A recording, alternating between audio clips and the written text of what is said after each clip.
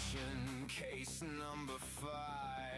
Green lights flicker, the chat goes wild. Cyber dingoes back with that rogue profile smile.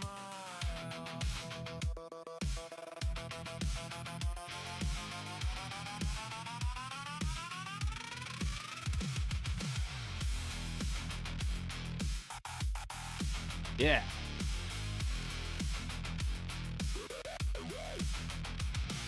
Rain taps code on the neon glass. Another bad lead, another punk ass pass. A whisper hits chat, says something ain't right. So he loads up the stream and hunts all damn night. Coffee black is the secrets he keeps. The server's alive and it never sleeps. Every clue's another breadcrumb trail. Every troll in the shadows is bound to fail. He's got one eye sharp on the glitch in the frame. One hand on the keyboard carving out names. Every liar folds when the spotlight shines. And he cracks their whole story one stream at a time. Cyber dingo, light up the wire. Burn through the lies like digital fire. Case after case, every criminal's crime gets solved in the dark. One stream at a time. Yo. Hey, bro. How are you?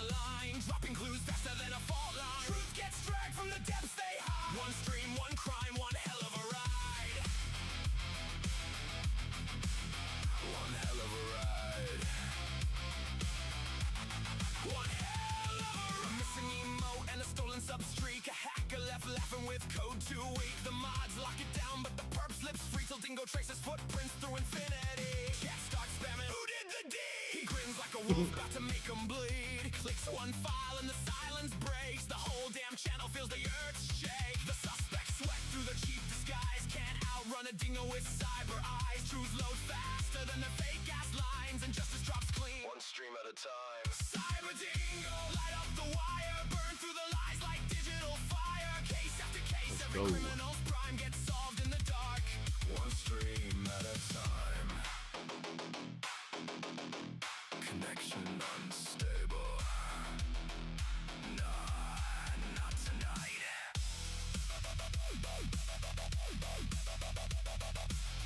He hunts through the static, he tears through the feed. He follows the data like blood in the street. No glitch gonna stop and no rat gonna hide. The truth hits live and there's nowhere to slide.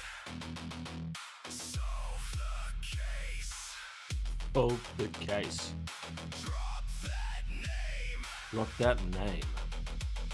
Expose the shot. Cyber dingo. Hero of the stream. Sharper than code and meaner than schemes. Every dark secret comes into light. They're good, thank you. That shit. They're in bed, thank God. How's your fam? How's the partner? How's Khalid? Till the next red light. Next red light. And that detective smile. Stream ending soon.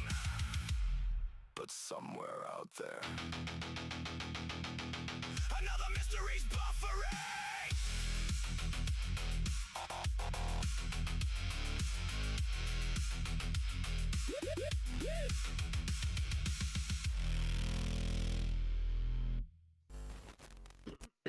How we going all tonight? How we going? Thank you for dropping in. DJ, thank you very much. We are playing some more Zero Parades for Dead Spies. I was really digging it, really liking it last night. So if you missed anything, be sure to go back and check what's going on, because this game is one hell of a fucking ride. I'll tell you that much. One hell of a ride. Oh no, dude. I get ya. That's not fun. It's not fun. I don't know if Jen's gone through that yet, but yeah. So without further ado, let's get into it. Here we go. When we left off, we were gonna speak to the doctor about our double, they call pseudoplot. Okay, so we're gonna start. Not one Speaking step with further, bold scum. I'll do it. What? Okay, good start. I'll enjoy it too.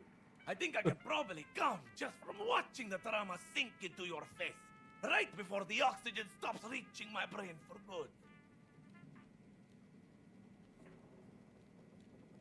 Okay, I did not notice that he had a noose on his neck.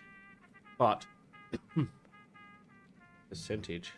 Oh, you can vote for what you want if you're on Twitch. That's cool. I can press this button. If you're on Twitch, you can vote it. That's mad. Alright, but I'm gonna go for calm down to the news. Please no, I can't be responsible for anything more tragic. Yours won't be the first body I handle recently. Don't pretend you're interesting. I can smell it on you, you know? The forms, the files, the fucking bureaucratic miasma that birthed you. Pupils track you like a cornered animal trying to recognize the butcher. Thanks, Poetic. So what have you been playing recently? Yeah, I did 3. Pupils track you like a cornered animal. So you conspicuously not talking to your little colleague out there. I know you're from the medical board, and I know he's been watching me. What? What little colleague? Don't have time for your derangement. Need a doctor. God lad. I'm way worse than... I don't have time for your derangement. I need a doctor. Sounds like a pre-rehearsed line designed to entrap me. If you're not Okay. bored, which you fucking are, then go and deal with the stain of narc shit lurking outside. I know that scarf of his is a fucking wire. What? Still don't know what you're talking about. Right outside. Small stature, big hair, bigger scarf. I knew his superior would be a woman. Stench of xenophobia all over him. No one takes down Dr. Gonzalo E.S. Gonza except Gonzalo E.S. Gonza. What is wrong with this guy? Ask her what's wrong with... Okay. Experience.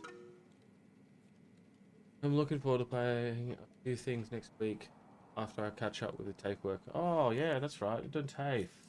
What is it you're doing TAFing on? Oh, Fable's going to be awesome, dude. I'll be definitely streaming that. That's going to be mad. What does actually want me to do about the board narc? His eyes flash. Bring me one of his lines, scheming bored narc teeth. His teeth? What would that prove? Right, sounds fun. Here, use these. My board condemned briber. 3 horticulture. That's right. How's it going? You enjoying it?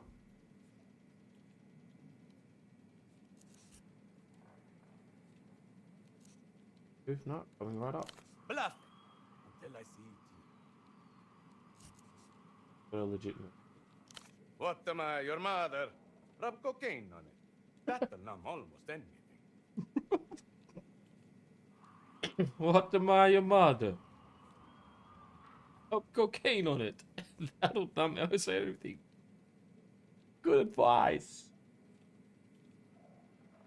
Can I get a prescription for that?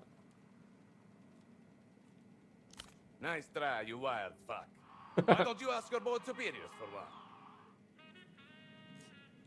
one? Why don't you think the medical board is after you? Jealousy, as far as I can tell. In this context, jealousy translates to gross violations of medical and/or human decency. That's fair. Yeah, that's not how it works. Official reason, Gonzo. Oh, they'll drum up anything to get you, real or invented. They babble on about modernization, best practices, international standards. But the fact is, they shit themselves in the presence of a real doctor. But I've missed a. Luckily, I have one day. 2-year course of plenty of time to catch. Dude, I suggest getting onto it really quickly because, yeah, you may think that you've got heaps of time to catch up, But time flies, dude. Time flies. Markson's 8 now. That's how fast time flies. He's nearly 9 next month. Ridiculous. Anyway, so whose blood is that on you? He looks down, vaguely surprised, shrugs. You never get credit for the blood you leave in. Don't kill yourself before I get back. I'll do as I very well please. Bored harpy. Okay. That is certainly an interesting way to start a conversation.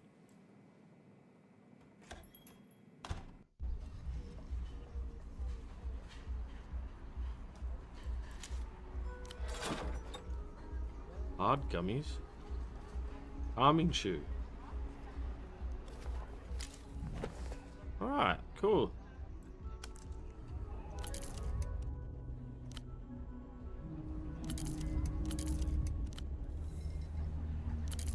Oh, there he is. Okay. What? The boy shifts in his cocoon of mismatched fabric.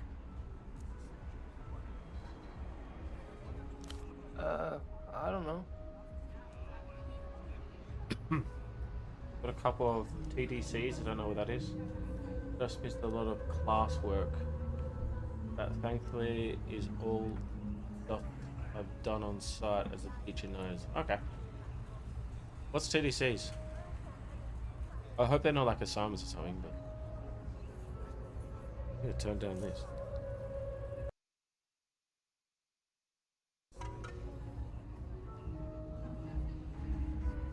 Pulled up.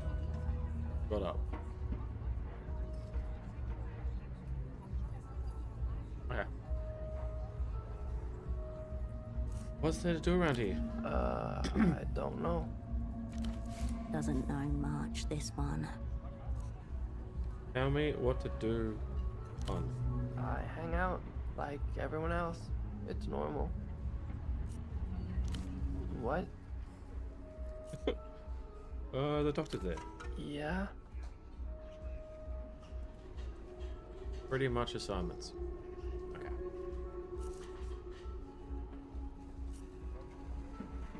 You're rumbled, Narc.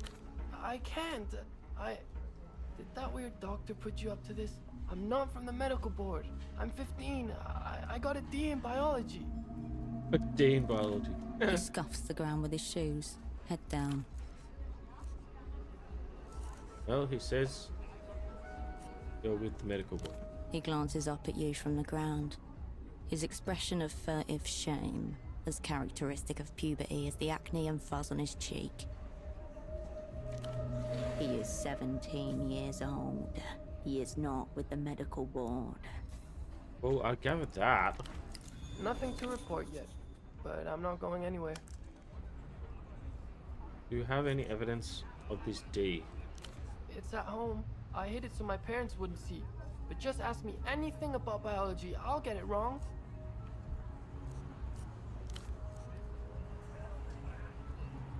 One. Well. Correct answer, Mark. It is. Fuck. I still don't know what I'm doing or anything. I'm not a nerd. This boy is not a board narc Such a cascade. good game. This boy is not a narc. Cascade. Yeah, I know. I do think I'm a name. He gave you that to intimidate me, yeah? Thinks I'm scared? Well, I'm not. Could be. He wanted me to knock one of your teeth out. What do you mean I should be? I'm not afraid of any pry bar, and I have plenty of teeth. Don't worry, I'm not actually going to do it. The sword doctor. Fine, do it. What? Fuck it, I don't give a shit. Take one of my teeth, yeah? Show him I don't give a fuck about his mad shit. I have my own shit going on out here. I'm on a mission. And if mission demands teeth, then fuck it. Have teeth. What? He's willing to bleed for this. Whoever sent him is way scarier than any board inspector. Can I even do it? 2%? I need a miracle?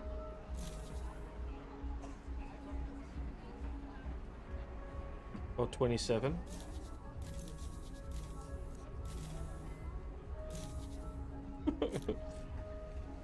Oh, I can get it up to 7%. Yay. I'm just gonna give this a shot. Oh, fingers crossed. Come on. Ah, failed. Damn it. Look closer.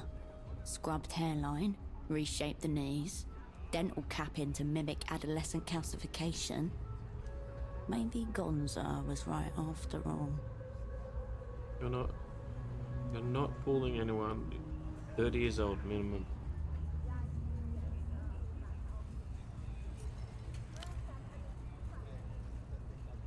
Always stand like this. You sound insane. Damn it. Shit. You're being outproed by a minor. Can't do it again?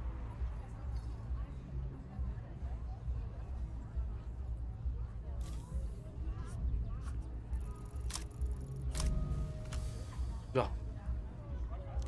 This is low, very low. Just close your eyes and swing it. Ow! Ow! Ow! Shit! You didn't even get one!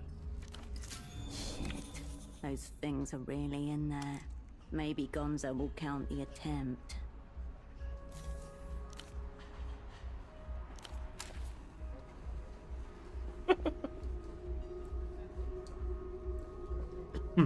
Wow.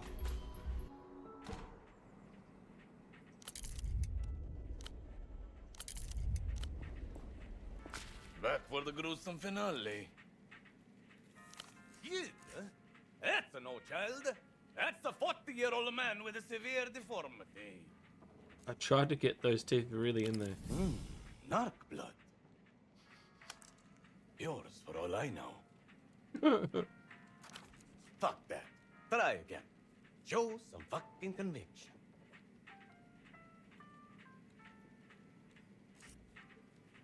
The teenage prostitute didn't exactly burn but I could tell. Yes. I suppose I could see it. A feat. Easy to rough up. Not mutually exclusive, however. Likely, in fact. They flipped them right there at the STD clinic. Exactly the kind of weak, uninspired subterfuge a bored nut would try. He brandishes his noose, eyes wild. Still looks pretty whole to me. Don't you fuck with me now. Still looks pretty whole to me. Get on his level?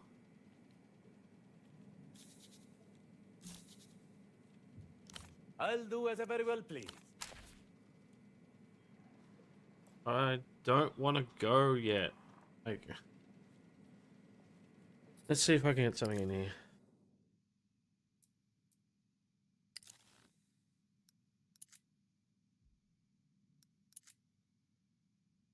Big +2.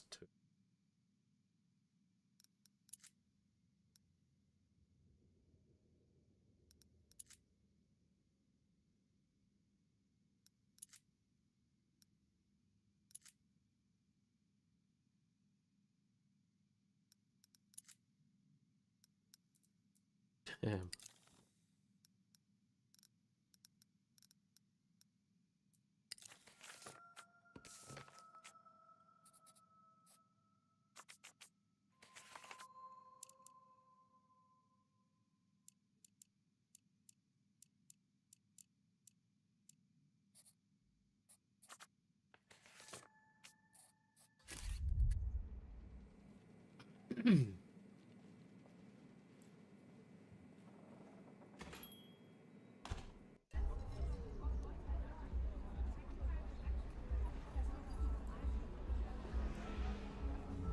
Didn't work, did it?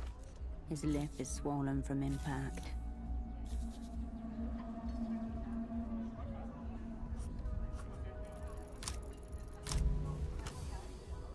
Damn it. Your grip tightens. You Fuck that. You're not doing that again. Find another way to deal with that psycho. My teeth are staying in.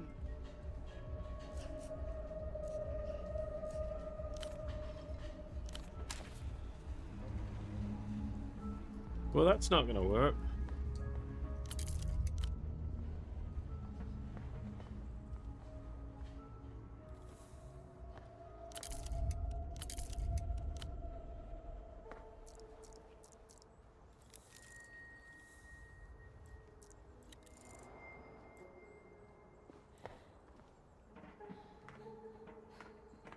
I'm climbing.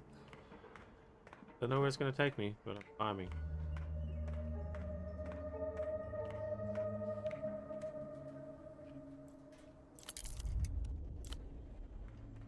A slanted aluminium box is bolted into the pylon's spine. The word Renotel is etched into the metal. A familiar dolphin grins at you. Poke the dolphin. Cold and hard, but the playful smile remains. Oh man, I lost to do for it. Inside, a slab of beige plastic, an old terminal. Behind a clouded sheet of polyglass, the screen remains black. Yeah, I'm playing on PC. Why's that? Look at the terminal, activate terminal. No buttons on the outer housing that you can see. No glowing standby light. Your fingers find a steel drawer. It slides out with a creak, revealing a keyboard designed for gloves. Each key a chunky slab. Oh. A low wavering whine. Behind glass, the cathode ray tube flickers once, twice, then flashes white. System waking. Please wait. Mem check. 00016 KB. OK ports. Com1, Com2, AUX, trunk. Diagnostic mode enabled. Welcome to Renotel Control version 1.2. Copyright 87 Renotel. Enter command. I actually don't know if it's on PS5 yet. But sit back, get a beer. Oh, you're not drinking anymore, are you? But enjoy, man. Available commands. 1. Wow. Line diag. 2. Trunkmon. 3. Network. Line diagnostics, I'm pretty sure. I have no idea what Trunkman is. A network is obviously network. Pokemon is that? You know, for monitoring trunks. One's in trunks.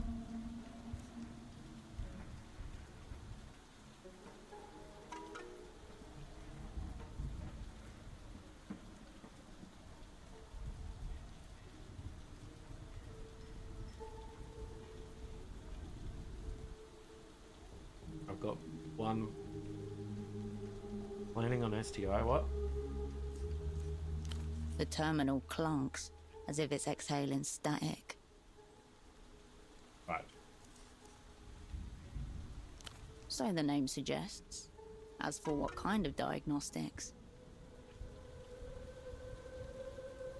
Okay. Around you, hundreds of landlines run up and down the pylon. Could look up details about. Assuming you had some way to identify the line in question. Can I use this or anything? Based on the available options, this is a maintenance terminal. You might be able to get information on the Renotel network from here. The screen flickers, awaiting your input. Line diagnostic mode. Enter landline identifier to proceed. Line ID. The machine's internal speaker beeps sharply. A random array of numbers line up in horizontal formation across the screen. It achieves nothing. Yeah. The screen flickers, awaiting your input. You close the box. Well then. That was fun. Let's talk to this guy.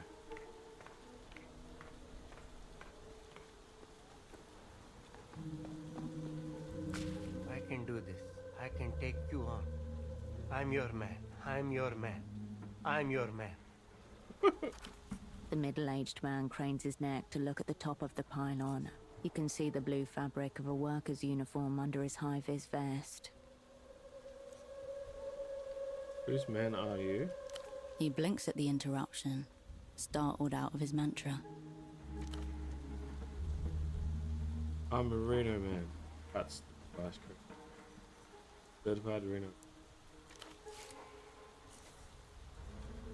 That device he's carrying is some sort of all-in-one tracker and intercommunications device.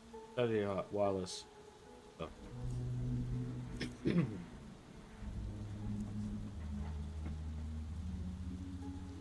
I would say we're all short of one these days.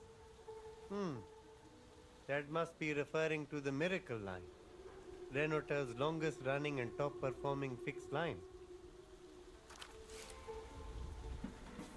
Negative talk from a landline connected to the network by copper wires. How long was it running? Must be just over a decade at this point. It's actually the last payphone in Portofino to still be running the old way. Now they've all gone wireless. Last Bastion antique system. He speaks of it like it's relic. Why hasn't it gone right? The line cannot go down, not even for a second, which means it cannot be serviced or upgraded. First thing they taught me when I joined. The reason being, or so I've heard, is that Renault would incur a bill of such whopping proportions that it could risk the whole company going under. That seems ridiculous. Can't be true. Maybe it's not, but it's what people say. The unrealized loss, they call it. The company's big secret, gnawing away at its foundation like a rat in the shadows. I got a thought. What the hell's that?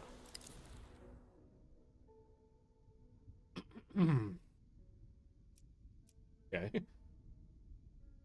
Unconditioned thought. The unrealized. Credit and debt.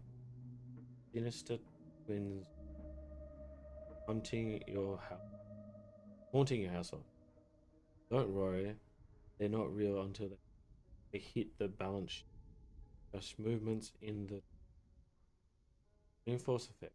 Gray matter skill potential. Hold read skill +1. Gain advanced foreboding status effect. Violation. Temporary lose reinforced effect. Gain intellect disadvantage when purchasing cigarettes and alcohol or coffee.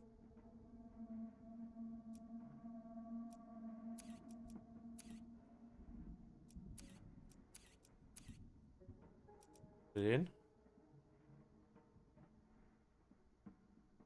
I don't have a skill point. I can't do it. That sucks. How is this performing so well?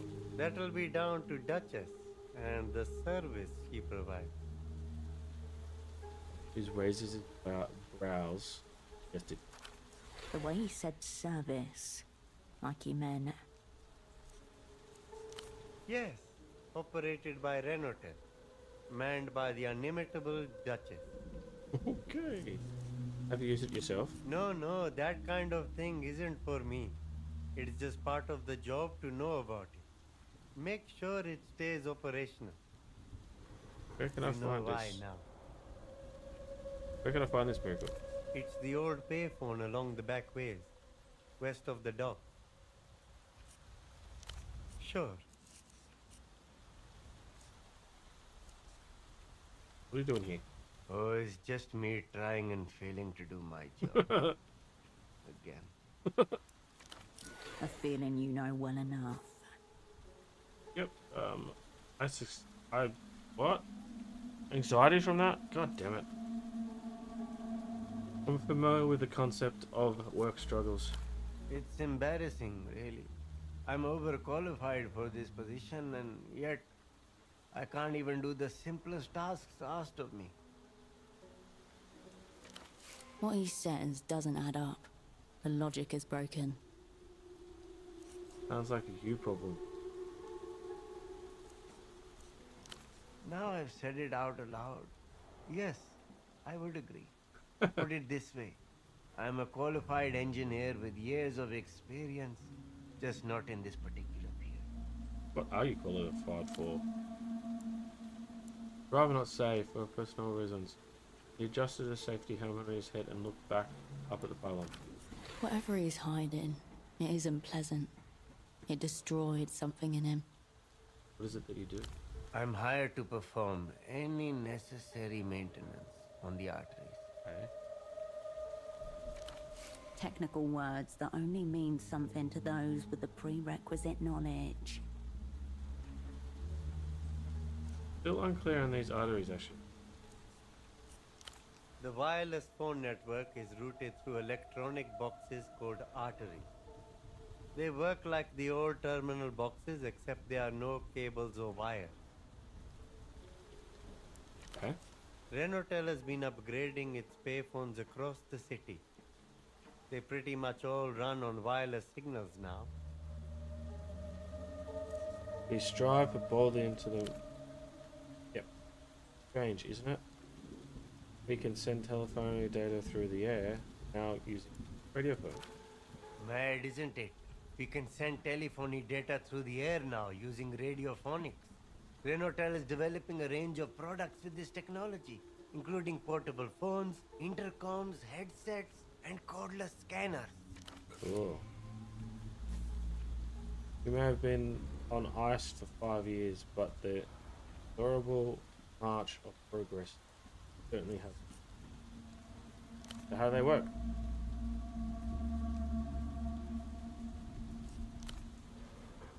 Anytime you pick up a Renault payphone, the data travels through the air from where you are into one of those boxes, and it has been routed to whoever it is you're calling. I'm using a there are no payphones left in portfolio. Mr. Reno has an exclusive contract. The result of non-competitive bidding and a bit of self-dealing on the part of the city's governing elite. Who's Reno? The owner of Renotel. The rich guy at the top of it all. The company is named after him. Imagine being the one man in charge of telecommunications across the city. Right there, they're charging forward into the fascist destiny. As long as payphones work, I don't really care. I guess so. Doesn't make my job any easier, though.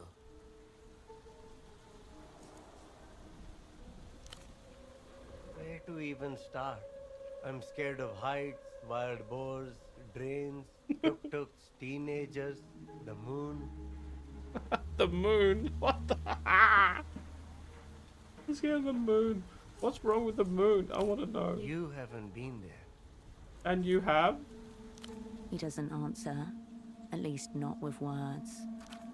No need when your body language matches a spider as it stiffly curls up in a ball to die.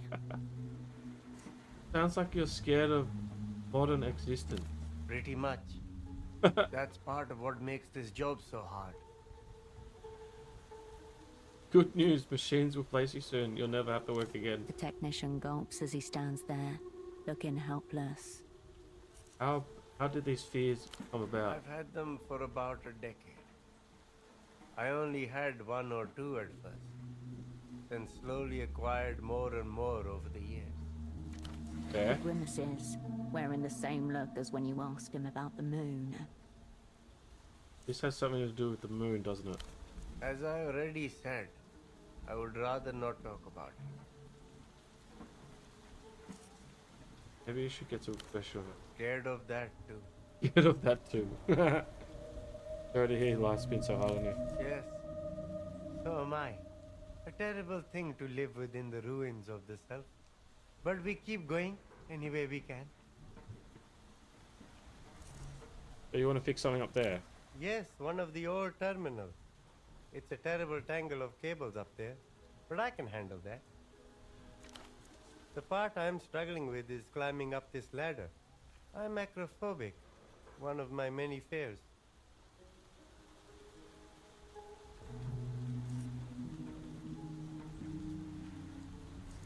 I can climb it there for you. Oh no, you really shouldn't.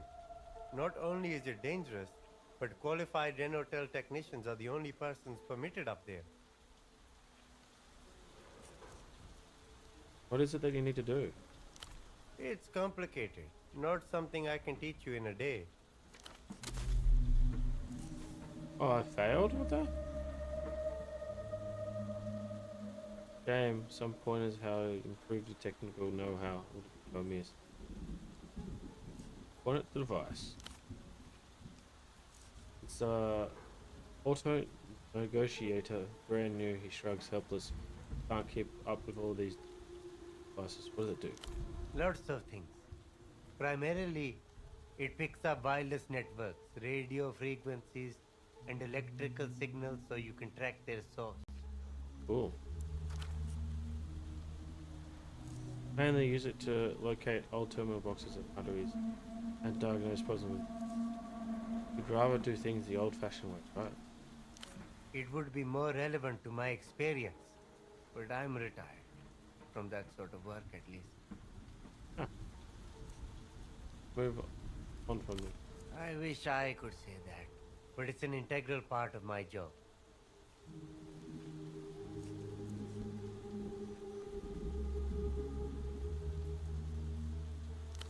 You'll have to be more specific. Seen a couple of guys who match that description. Not that I pay much attention to them. Got bald spots? I don't think I'm tall enough to see other men's bald spots. They're quite common as well, you know? White shirt, brown tires. The uniform of all those type of men. You'll have to give me something else. Good point. It's been a while since I saw them. Long enough that I don't remember where. The pseudopod wouldn't have been here a while ago. Right you are.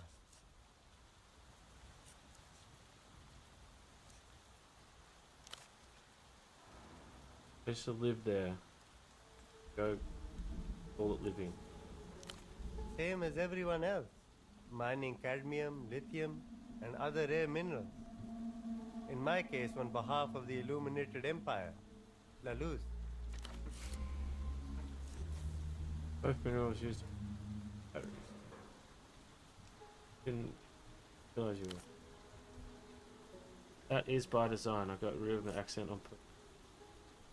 Much easier to fit in here without it. Not for any good reason. It hardly supports life, but is all too ready to offer up a drawn-out death. I saw much of it out there.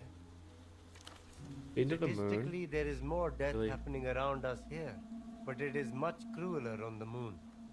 Perhaps because the spirit is divorced from its home soil and cannot so easily return.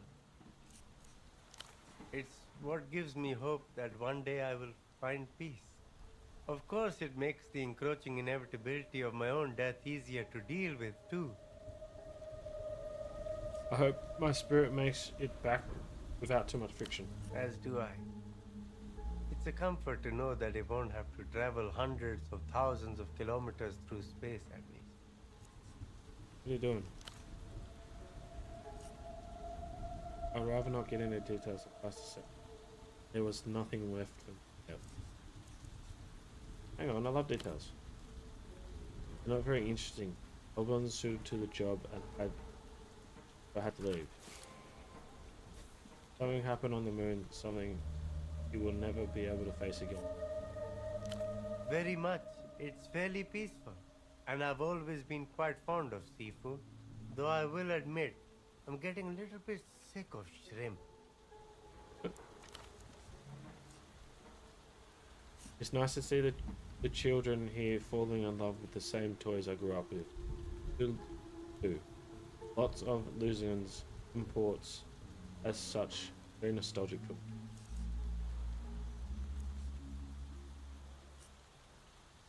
As you depart, the chant of "I'm your man" starts back up behind you.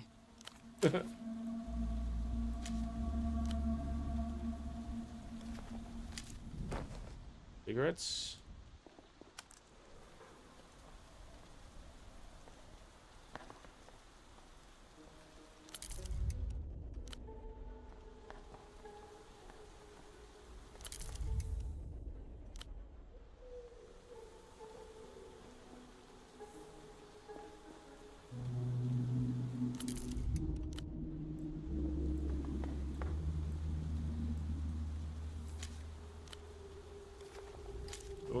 What do these do? Wild boar piglets snuffle through the city's trash, still wearing the stripes of babyhood like halitosis humbugs. Behold, the cloven hoofed effect of urban administrative collapse. Root them. You didn't bring any pamphlets or manifestos, Oh, dear. but where there are bullets, there are boars. An adult can be up to 500 pounds of bristled, pitiless hog with tusks. Look for an adult book. You scan from left to right, checking the alley's tangled contours for a hint of hairy maternal rage. There is none. No interest from the hogolescents. Hogolescence. City should get rid of you. Yes, Another ball that's doing. you leave the boars to their devices. Oh. I wanted to recruit them.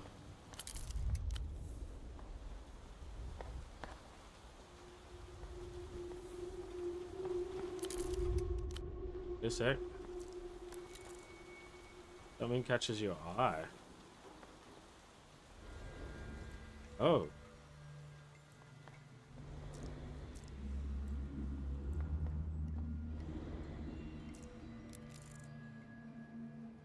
Oh, watch it.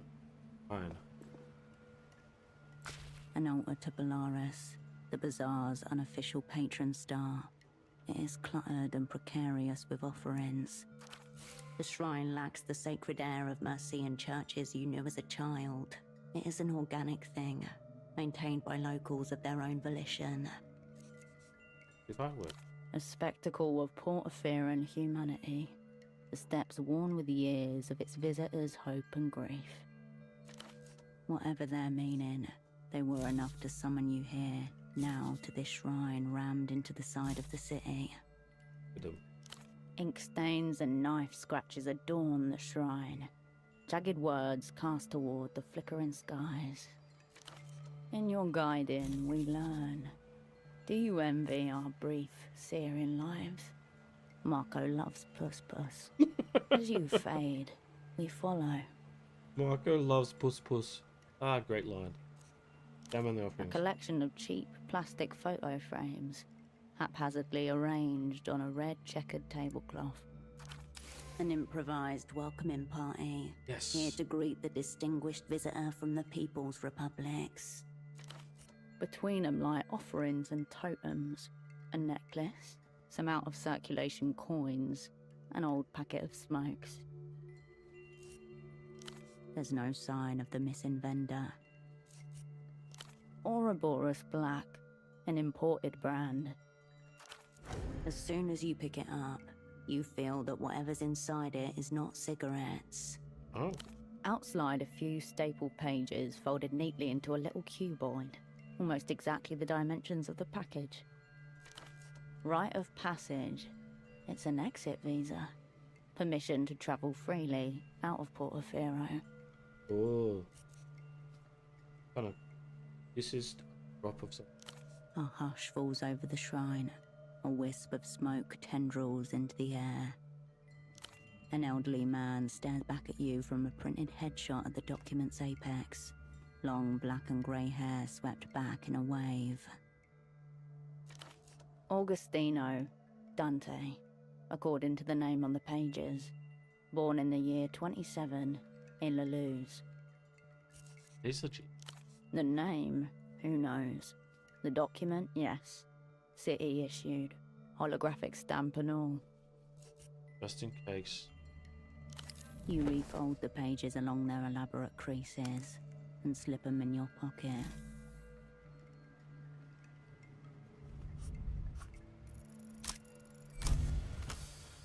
Thank God. You adjust your position and gather the appropriate reverence. The audience of framed strangers watches you in silence. A prayer of interference. Your words hang in the air, brittle as glass.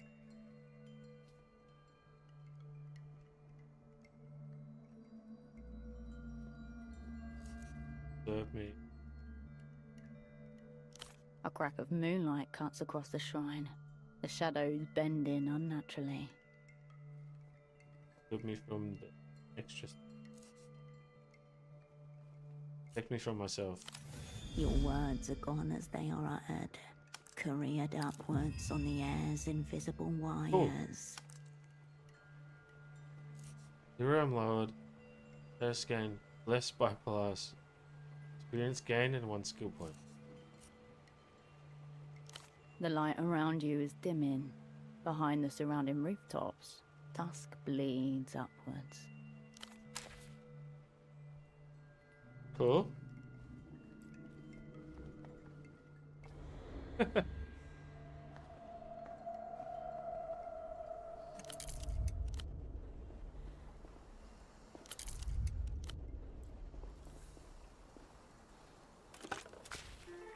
You step into the booth and press the receipt. You hang up the phone. The Guardia Municipal officer is intensely scratching at his neck. As you approach, he wipes his hand on his trouser leg. Hola, miss. Hope there's a reason you've stopped an officer while he's on duty.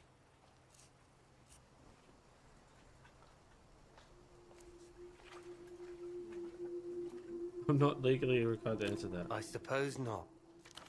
Officer Morito, agente coordinador for the Guardia Municipal. Do you need help with anything?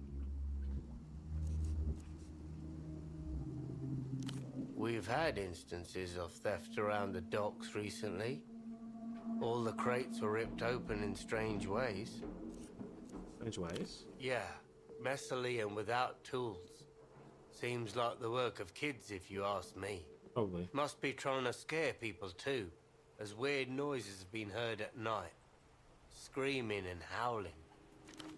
Apart from that, it's quiet. Just how I like it. Why? The most, not the worst thing. Gives you time to reflect on. The quieter, the better, I'd say. Really, the hardest part's keeping people away from the boars. That's the big one. Oh, little boars on the way back. In there. It's not the young you need to worry about. We're dealing with an infestation, and they get much larger. Everything alright there? Not his neck. How bad does it look? Scaly reliefs and cracked plates, like some diseased armor. You should be hiding some far away from humanoid. Actually. Shit, I knew it. I hope it's not the topical ball repellent I've been using. Instructions said to apply generously. Oh. An error I was hoping it'd help. Tell me about all this It infestation. used to be a seasonal problem. Every autumn, some adults would come down bold and hungry. But lately, it's more of a permanent residency. Down from where? The hills up north, as far as I've heard. Valle de Suspiro. You've got thorns, ferns, old trees. A nightmare to patrol. Oh, they At did. best, they're a nuisance. The little ones are fine, but the adults could take off a kneecap if you're not careful. And then there's the really big one, the mother. The way he intones the word mother suggests a primitive monotheist before an image of a graven god. How big are the big ones? Oh, 100, 150 kilos? Oh, shit. Easy. Enough to stop a tuk-tuk going full speed. But even they got nothing on the mother. Probably the They little don't ones. seem so bad if they're alone. But they're never alone. Get 5 or 6 together and they can take down a grown man. Ah, Massive. Furs all matted. Covered in scars, territorial too. Preys on drunks, stumbling back from Party Alley. my mother's the same way. You shouldn't joke like that. All mothers are special. Even this one. No love like a mother's. Sounds like you really admire the home. Anything that can survive on the streets of Kisok has got the stars' favor. And I have respect for astrology. So when the mother comes around, I do my best to keep civilians out of the backways. How'd you get this up? Tusks, claws, knives, bullets. Take your pick. Every few years, some brave moron tries to take her down, but she stands undefeated. Where would a brave, skilled moron find this beast? You got a weird glint in your eyes. Let's not do anything stupid, all right? So what do I do if I encounter this boar? You back away, slowly. If you get a whiff of it charging, find something to climb if you can. And then, come find me. You know there's a creep up in the... Not this Yeah. again. Did Aunt Carmuna put you up to this?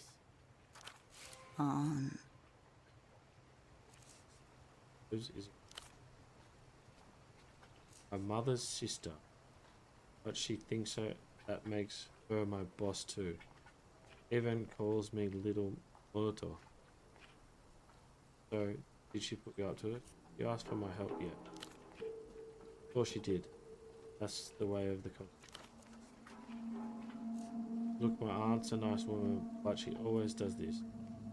It's fine if you want to help, but don't let her drag you into... Brother Jam, aren't you supposed to help? My hands are tied. Legally. Pylons are out of my jurisdiction. Really? That doesn't sound right. Hero tram companies have their own branch of the Guardia. Anything higher than 6 meters up in this city is their purview. Why hasn't the branch stepped in then? Good question. Really good question. We have a form for such inquiries. You'll find it at the central station in the Sunset. What do you think's going on with your aunt? She's been a worrier for as long as I've known her. Always some catastrophe or other looming. But it's not just that.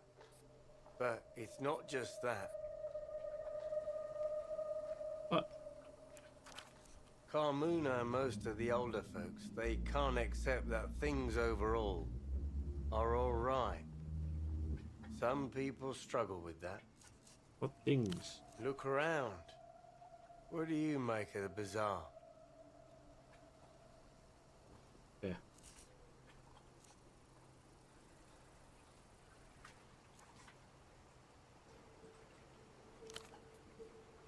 You're super block top. All the same. Gloomy sword. Anagama was a silk worker, you know. The bootlegs, all this Luzerne stuff. It's not what she's wrong. Apparently, I think she just over every little thing show people was let her be a little crazy. Something like that, in her view. We all agree it's shit enough. We can tear it down. Bring back the artisans and factories. And not how the world works. Tear it down. The silks rang out decades ago, and the last extant silk factory closed in '88. And terrorists don't care about this. Don't get me wrong, this isn't a bazaar that Motoro wants either. It looks out over the stalls, but it's better than the graveyard.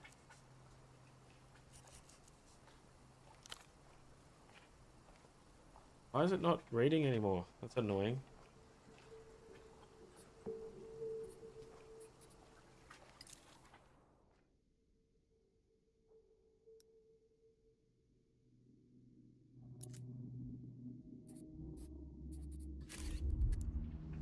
The kid's still showing a photograph of someone walking by as she tells me about the whole payphone thing too, and dad assessed with. He did. Think there's any truth of it? It's nonsense, if you ask me.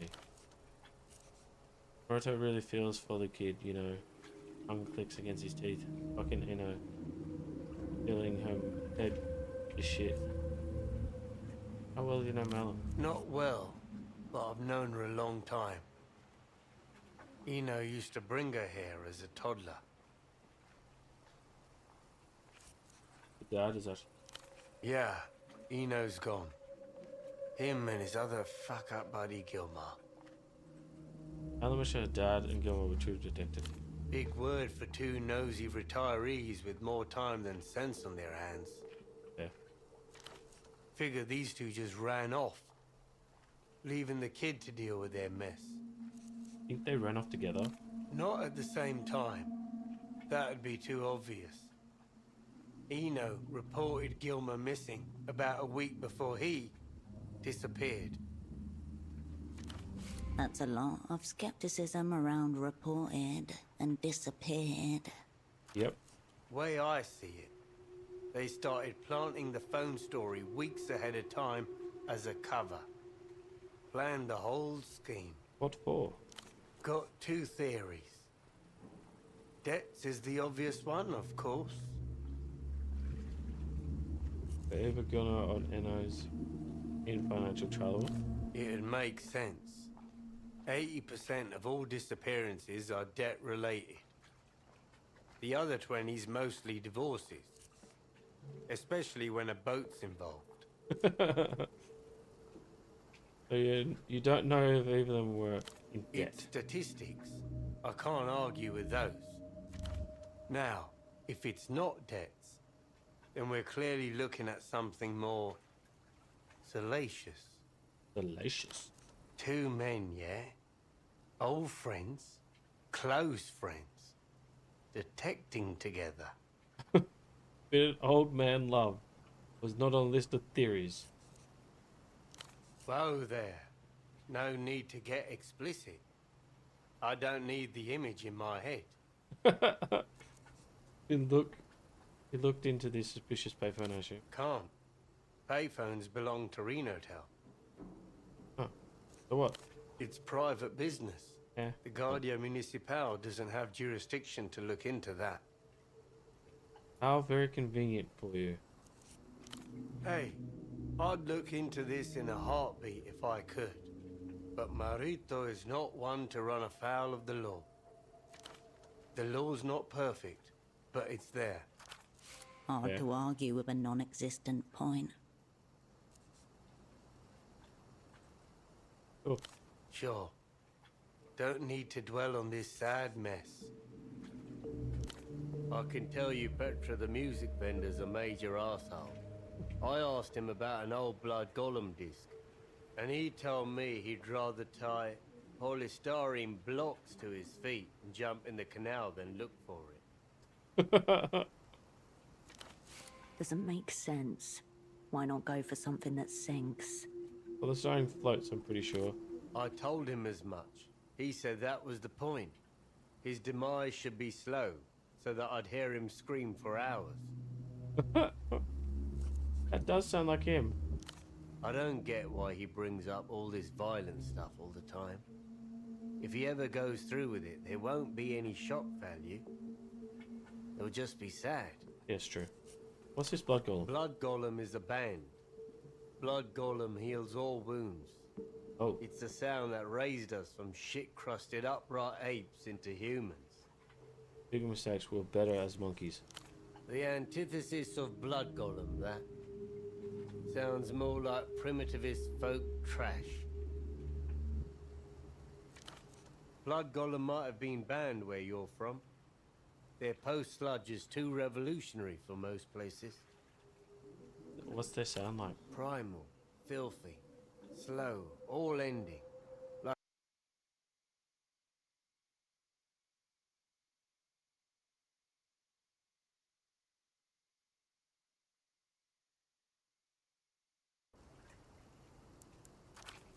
as a matter of fact, too powerful for most Portaferans. It's like nobody cares about our own music anymore. Or art, really. As you step away, the GM returns to scratching his inflamed skin. Temporary cargo storage shed.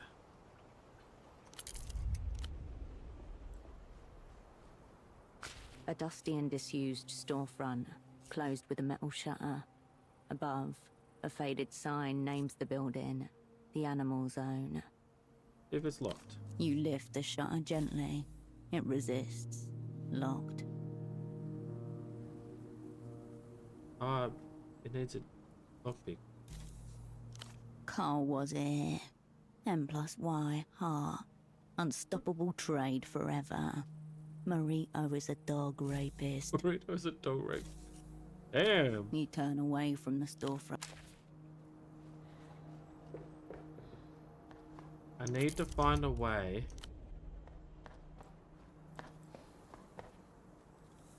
Get money.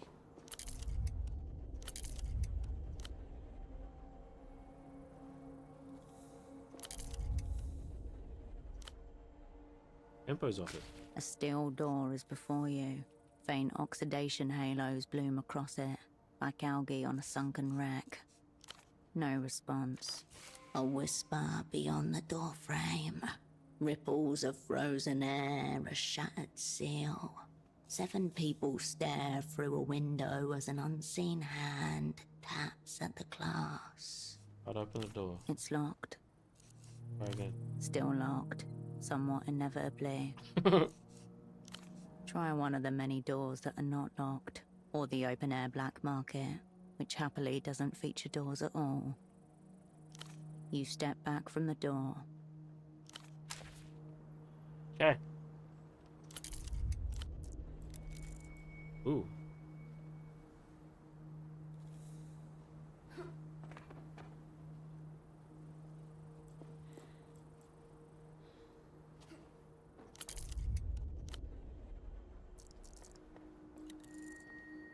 Chilly up here. What am I doing up here?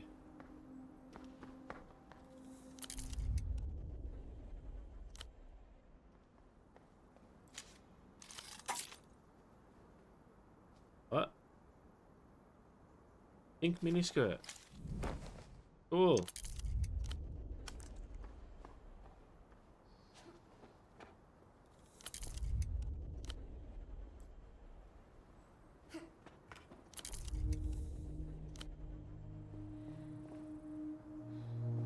Maybe I'll come back to that one later.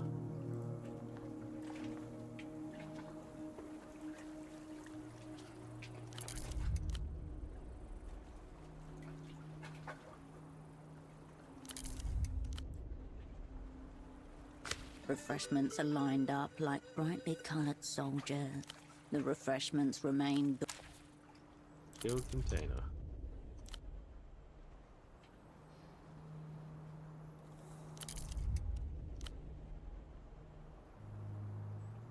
Why can't I get there?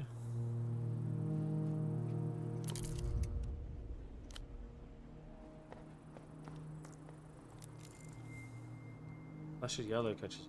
An assortment of cargo crates sits in waiting, adorned with faint chalk marks and bright yellow labels. Labels. Machine printed, crisp and official.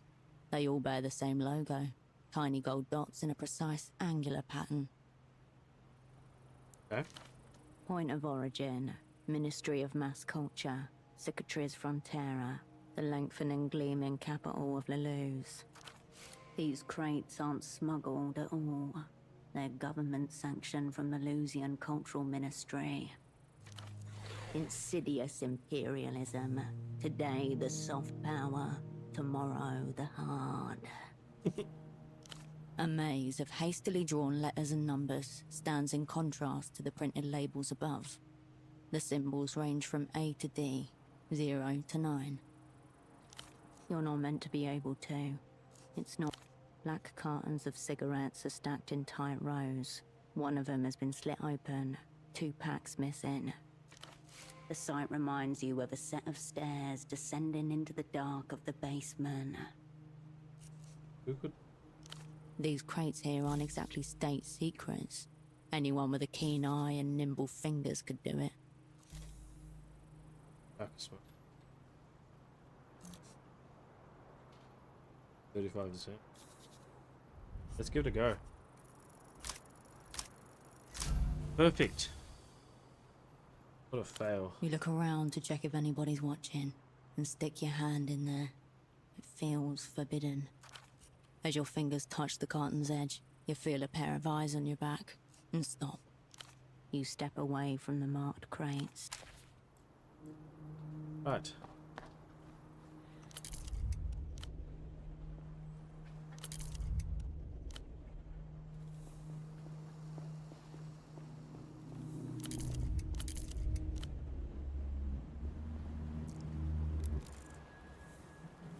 Just like a mechanism trust. Your diary.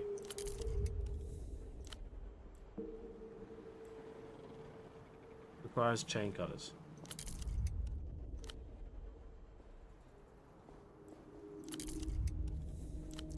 Chains. Shutters halfway open. Is jammed. Oh, cool.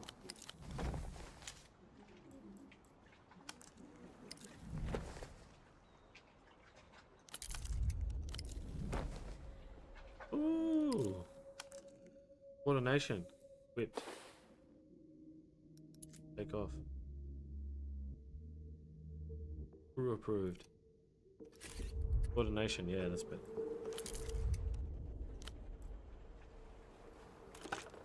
The payphone stands half embedded in a concrete pedestal, its frame weather-stained and dull. You can talk privately, as long as you keep your voice down. The box is scrubbed of the usual flyers and graffiti, leaving streaks of adhesive and permanent marker behind. The coin slot has been aggressively papered over. Payphone's been around for a while. Cracked receiver and yellowed plastic. At least a decade, you assume. Cool. A faded sticker draws your attention. An advertisement for a local ferry schedule. The year, 82. Good. Stretched too many times. Coils slacken near the base, but someone's wound a rubber band to keep them tight.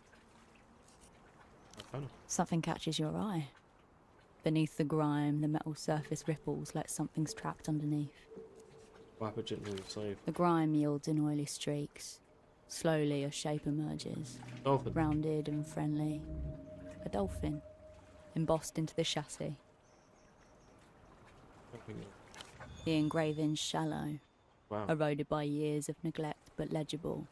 1F7G35-94X12. The serial Oh. number. Only one way to find out. Head to Party Alley. Come on, all. Here we go. With luck, it'll pull down the line signature. You relax your posture and take a step back. You lift the receiver to your ear. No dial tone, only a crackling silence. Now there's a voice I've never heard before. Oh. Hello, darling. I like how you sound. Who's this? My lovers call me Duchess, and you should too. This is the miracle line. My God. Miracle line. Like the card in Pseudopod's pocket. It's a phone sex thing. I'm glad you called. I feel like I've been waiting for you. I'm looking for a mission around calling of mine, a stock importer. Did he call A you? sock importer? Is he a friend of yours? An enemy? Do you want to hear about him fucking me? Do you want to hear about how he kept his socks on the whole time? He called you, didn't he? You tell me, baby. Did he? Was he good? Bad? Am I wearing his socks right now?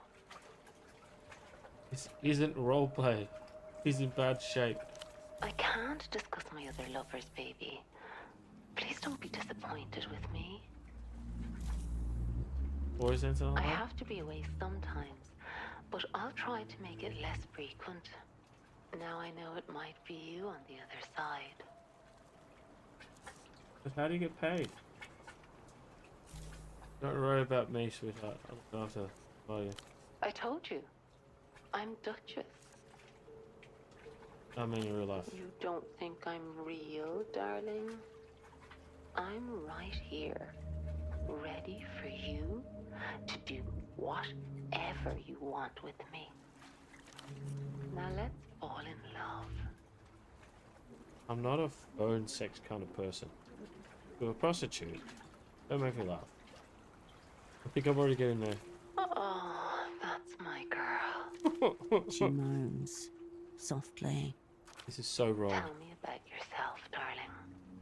Tell me who you really are.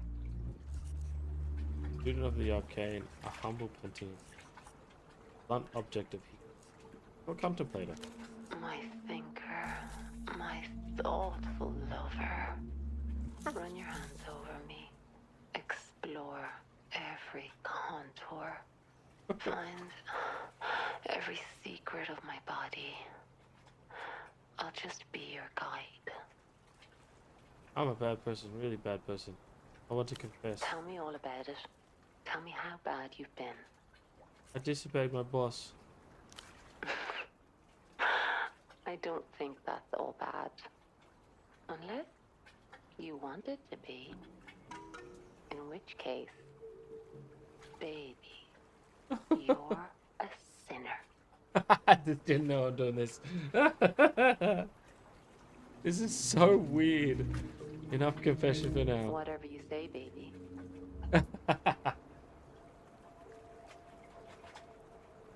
Oh, so we can live our fantasies on our mind. Anything, darling. Let me inside your head. Be my controller. I do secret government tasks for you. You feel an odd, tingling lightness to your mind as she takes this in. It's you. How good of you to finally check in. What's the status of your assignment? Oh my god. Really? How did you do that? You sound right. It's all going horribly. I don't know what to do. Everyone hates me. It's going so well. I'm doing crazy spying. I know everything. Focus. I asked about your assignment. Going horribly well. You should have listened. You fucked up. Everything's gone to shit again. But it's okay. Everything's going to be okay. I'm here. I'll guide you. Not okay. I don't know shit. Nobody's nice. They don't matter. They don't know you. They don't know what you are. You're on a mission. But you know what else you are? Stupid, bad idiot. Best offer ever. Mine. This is the real deal. She fakes it with everyone else, but with you, she means it.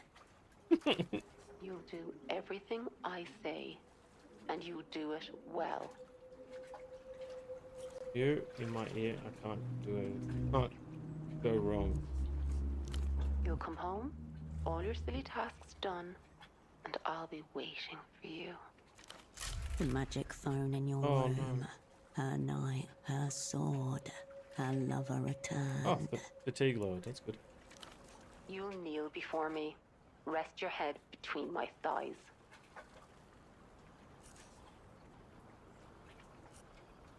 Trap, isn't it? Has to be. No operant. But this isn't what you want. Her voice softens, warms, back to her own. No, wait. Come back. What? This is the wrong phone, hon. You should call her. Don't stop. Go to her. She's the one you need. Thanks for the chat. Line's always open. I'll miss you. You step away from the phone into the So dark. weird.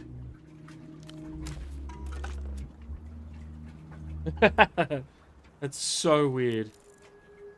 We're supposed to eavesdrop. Ooh, I got a boat. Oh. Going in a boat.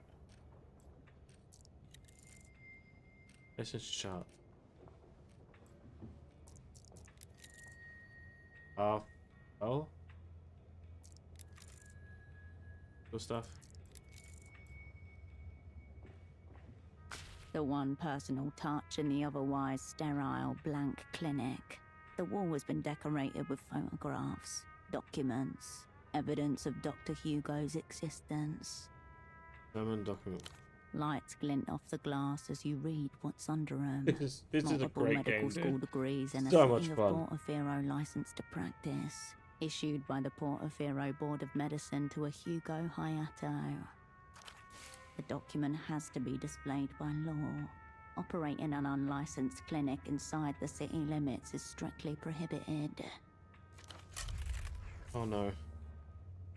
Nothing out of order about these documents. A collage of someone else's life begins to take form in front of you. Moments caught, suffocated, pinned under glass. A formal photo, class of 71. Hugo buried somewhere amongst rows of other fresh-faced new doctors. Then a newsprint clipping. Hugo receiving an award on stage.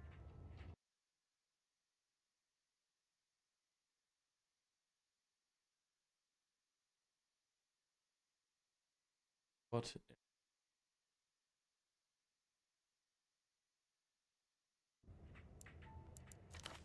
Hugo and a handsome bearded man, both grinning, their arms around each other's shoulders.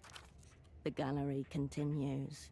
Hugo asleep on a pile of medical textbooks, drooling. Hugo adjusting some sort of massive medical apparatus. Hugo at patients' bedsides. Medicine is still alive. The professional photos outnumber the personal 3-to-1. That should tell you all you need to know. There are many pictures of a much younger Hugo and a woman with a heart-shaped face. At his medical school graduation, at a fancy dinner, both of them grinning on a broad walk somewhere, her in a white pantsuit and Hugo in a charcoal robe. Alone.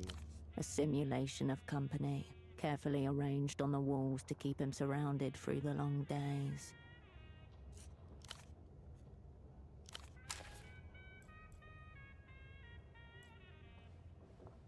Welcome to the clinic.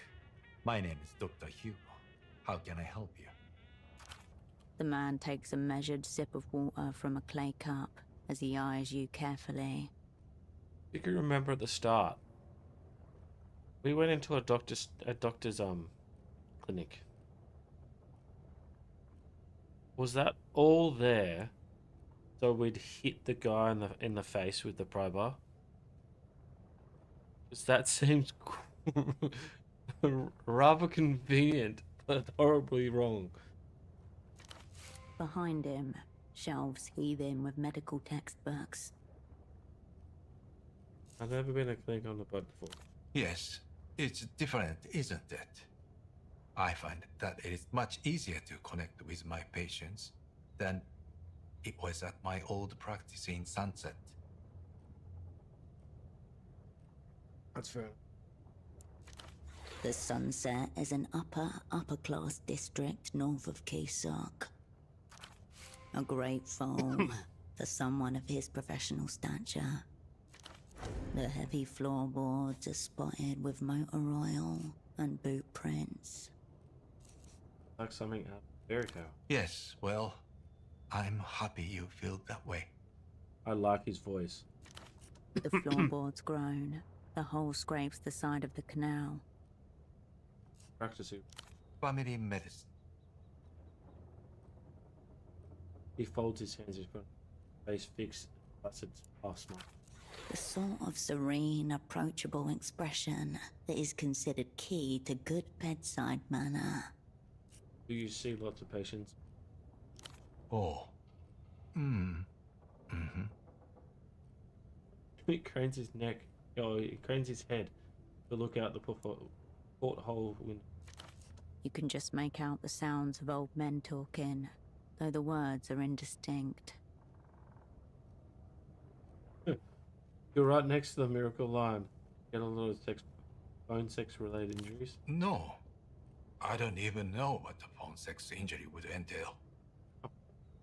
Brain dialing finger, overwork, larynx, bone cold asphyxia, that sort of thing.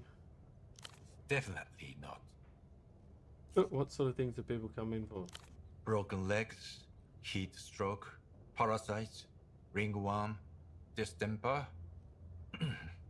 I'm somewhat of a generalist. Distemper is not a human disease. Are you sure you're a human doctor? Of course I'm a real doctor. What a ludicrous question.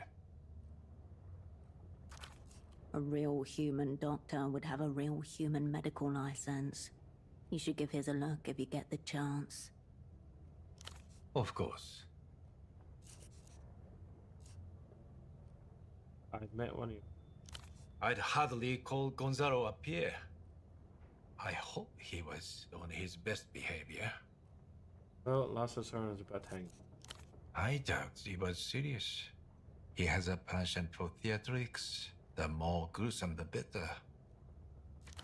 Gonza seemed pretty serious, but the speech also felt rehearsed.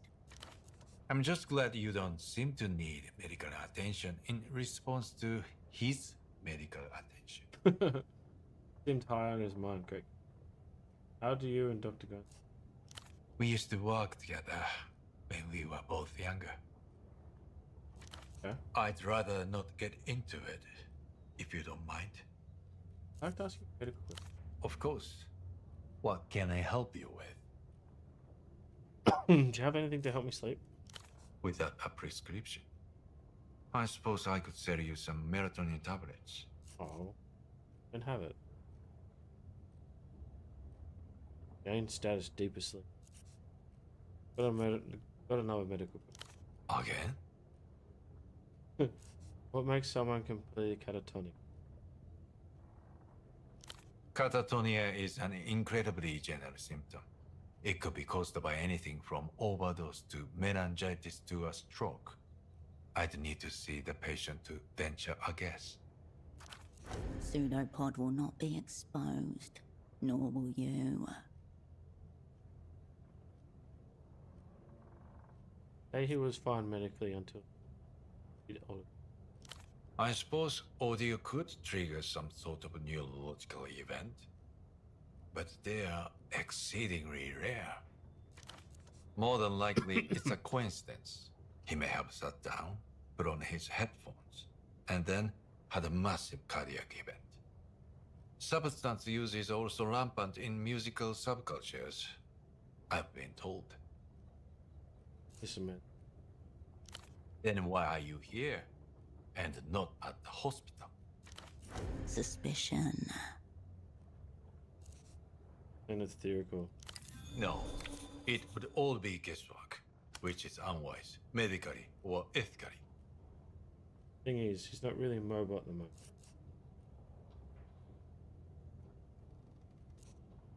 I guess. I'd advise against it. But regrettably, I can't think of a doctor I trust who'd diagnose someone in absentia. I hope you'll find a way to make sure this patient gets the care they need. Right, back to them. He gives you a brief nod, and nothing else. Yes? He gives you a brief. Hmm? At your clinic. Yes. Oh. Of course. Later. Until next time. That didn't go very well, did it? A ladder reaches towards the upper floor, creaking as the boat rocks gently. You head on up, careful not to alert anybody who might be on board. What the hell? You made it.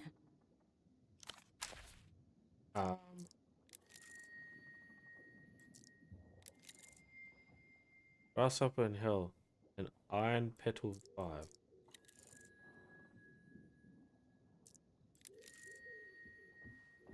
A child's set of toy figurines sits on the shelf. Stiff forms painted and posed, carefully arranged to watch down on whoever sleeps in the bed. The paint is chipped and worn, These figurines have been well loved, played with often. Doctor's room. The posters on the wall, the quilt, the faint smell of nearly body lotion. It doesn't feel like it belongs to the man downstairs. This is an adolescent girl's room. A daughter, maybe. Where is she? Elsewhere, Oh shit. Examine the figurines more quickly. a miniature rocket and a group of cosmonauts. Words painted on the side of the launch vessel. Proyecto Autonomia. Portofiero's failed space program. Excuse me. These toys are yet another remnant. Remind me what went wrong with the space program? Project Autonomia was Sweet Nestor's ide fixer, meant to establish Portofiero as a sparefaring nation.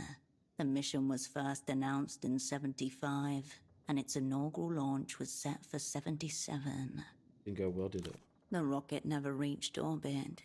It disintegrated minutes after the launch. The disaster was broadcast in real time all across the developed world. Oh no. Mission status? Boom boom? The disaster led to Sweet Nestor being exiled in 80, the third and final time. He left in his wake decades of stabilization loans yet to be repaid. A national tragedy for Portofiero. An excellent quarter for Emter. When were these toys made? There's no date that you can see. Safe to assume these were manufactured in the months leading up to the disaster. Orange-suited plastic men, cherubic faces squeezed into little helmets. Two sit inside the rocket. One is planting the Portofieran flag on a pretend lunar surface. Couldn't there be? You stare at a vacant spot next to the badly painted rocket. One of the figurines must be missing from the set. Oh, look at the cosmonaut figurine. Even the smallest movement of your body sends dust motes floating through the room's air. The childhood tableau, undisturbed, waits. Okay. Can I get a tooth? The thing in the bed stares with vacant intensity. Slowly, details emerge.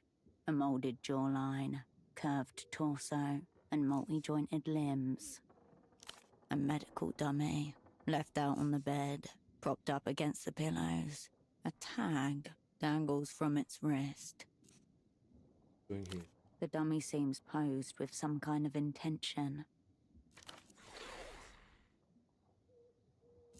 Occupying the space of another. Does the dummy belong here? It has been placed carefully. Some amount of love has gone into it. The dummy continues to hold its pose, undisturbed. Printed words, property of Dr. Gonza, and scribbled right under, to myself, for when I'm not myself. Why would a dummy belong to Gonza be here? The dummy just looks past you, its plastic lips frozen mid-thought. Examine the dummy closely. It stares back at you, unmoving. If it will move?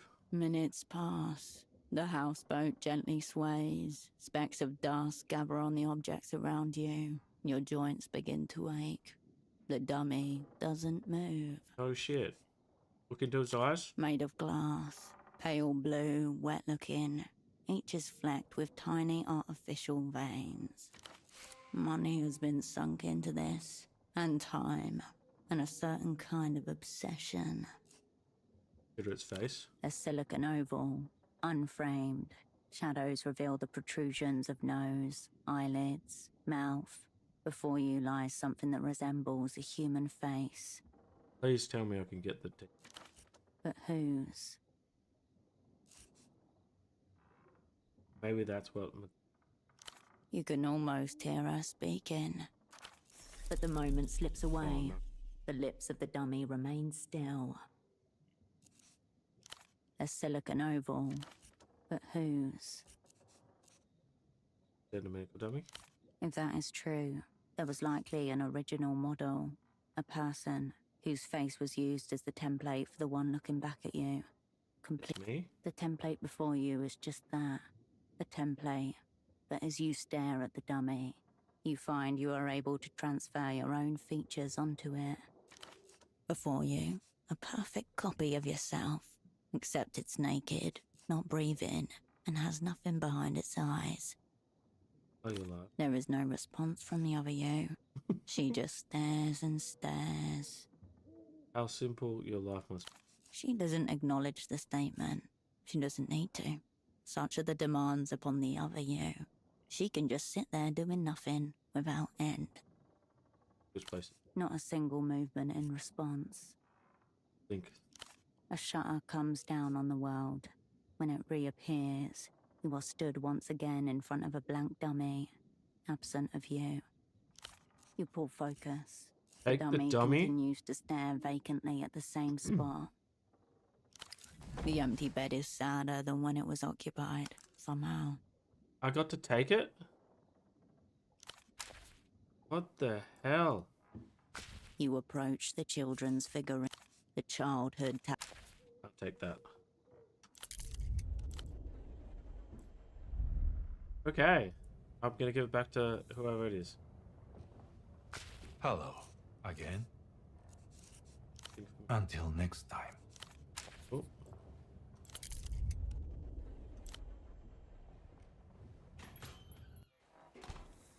That's really weird.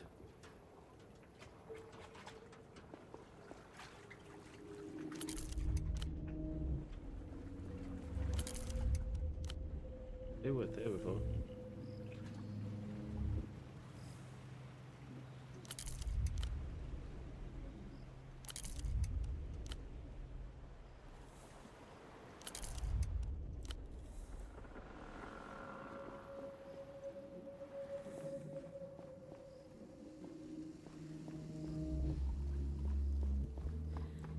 Oh.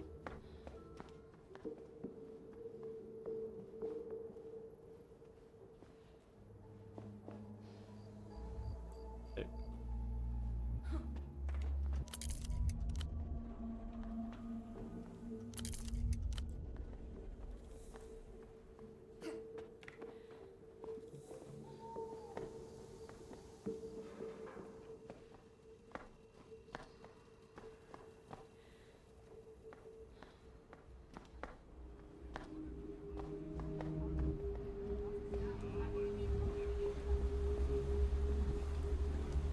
Ah, come on. He's still there. Back for the gruesome finale.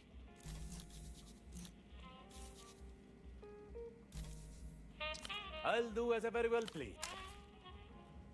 What? Why do I have this creepy dummy then?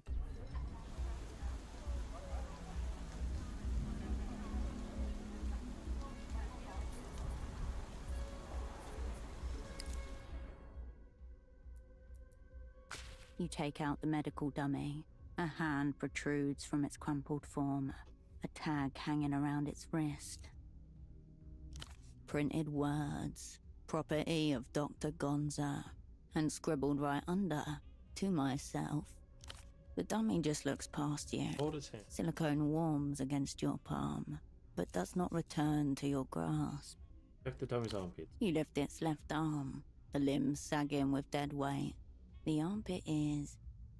The other You one. lift the dummy's right arm, This just an armpit. This is really as disturbing. smooth and featureless as the other one. Seems clean enough. Oh, okay. You let the dummy's arm flop back to its resting position. Out his mouth. The jaw opens wide. As designed, allowing for choking in. The smooth plastic of a gullet. Any light disappears quickly as it descends into the dummy's chest. The jaw snaps back into place. The dummy stares vacantly. The texture fools you for half a second. You expect rigid mannequin plastic, yet this is supple as flesh, with faint textured pores.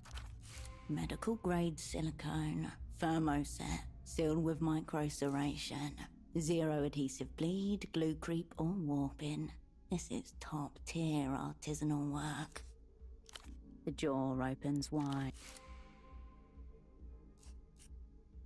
The jaw snaps back in. The dummy stares vacantly. That's annoying.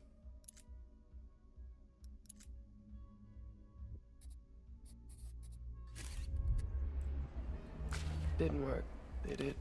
His lip is swollen from impact. Yeah? Tried once. He screamed at me about board narking and threw what would have been pretty cool if he wasn't such a mad freak. Whatever. Yeah. Okay, can't do anything. Now that I looked at the dummy more, can I do anything? Back for the gruesome finale. Oh, I need to do this. I'll do as I very well please.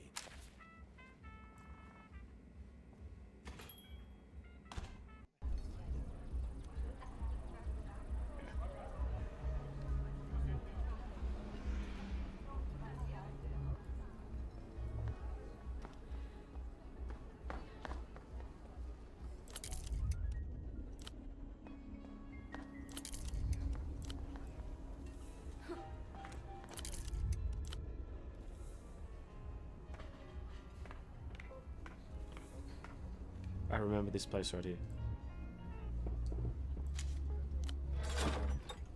Black cigarettes. Oh wow.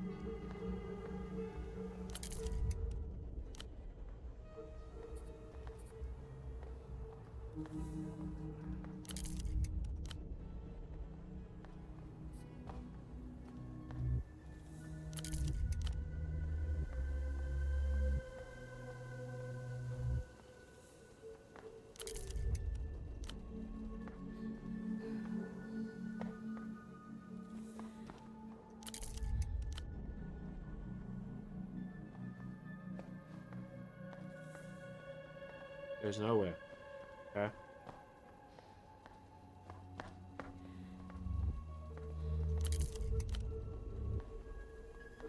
These guys are new. They weren't there before.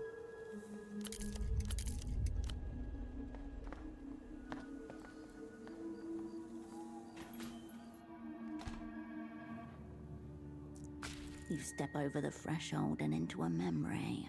This place, this bar, the center of the frozen world. Old schnapps and the faded sour cologne of body odor and bleach. Soft yellow light filtered through cracked shades. The rumble of the ice machine. A hissing television. Exactly how you remember it. The fog here. Favorite den of Keesok's local Pelota squad and their partisans, as well as a certain disgraced spy of the Operant Bureau. Breathe it in. Stale air circulates your lungs. The taste is familiar. Shades from another time move endlessly across the ancient wood, pickling it with nostalgia. I'll just have the snaps for. Your eye is drawn to the shelf behind the bar, littered with dusty bottles. The best part about this place is that it's open all night. Oh, cool. Every Fatigue night. load. Its doors.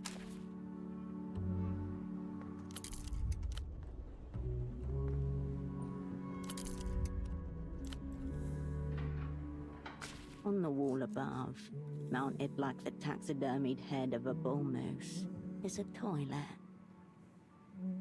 Will it?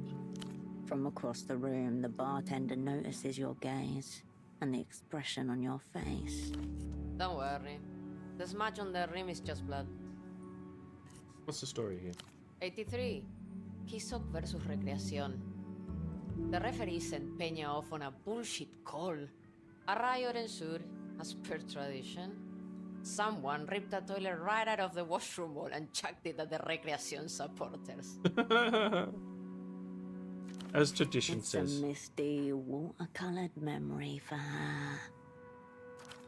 Kisok's pride, the moment it all peaked, when all the madness and meaning in the world swelled into one glorious, unstoppable wave. Countless injuries were reported in the aftermath of the incident, and 2 fatalities confirmed. The bartender gives a small, approving nod in your direction. Oh, I don't know what I just did.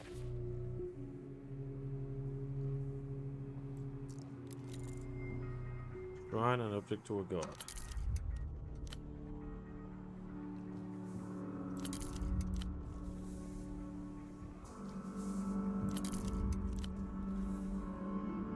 Well, let me touch that.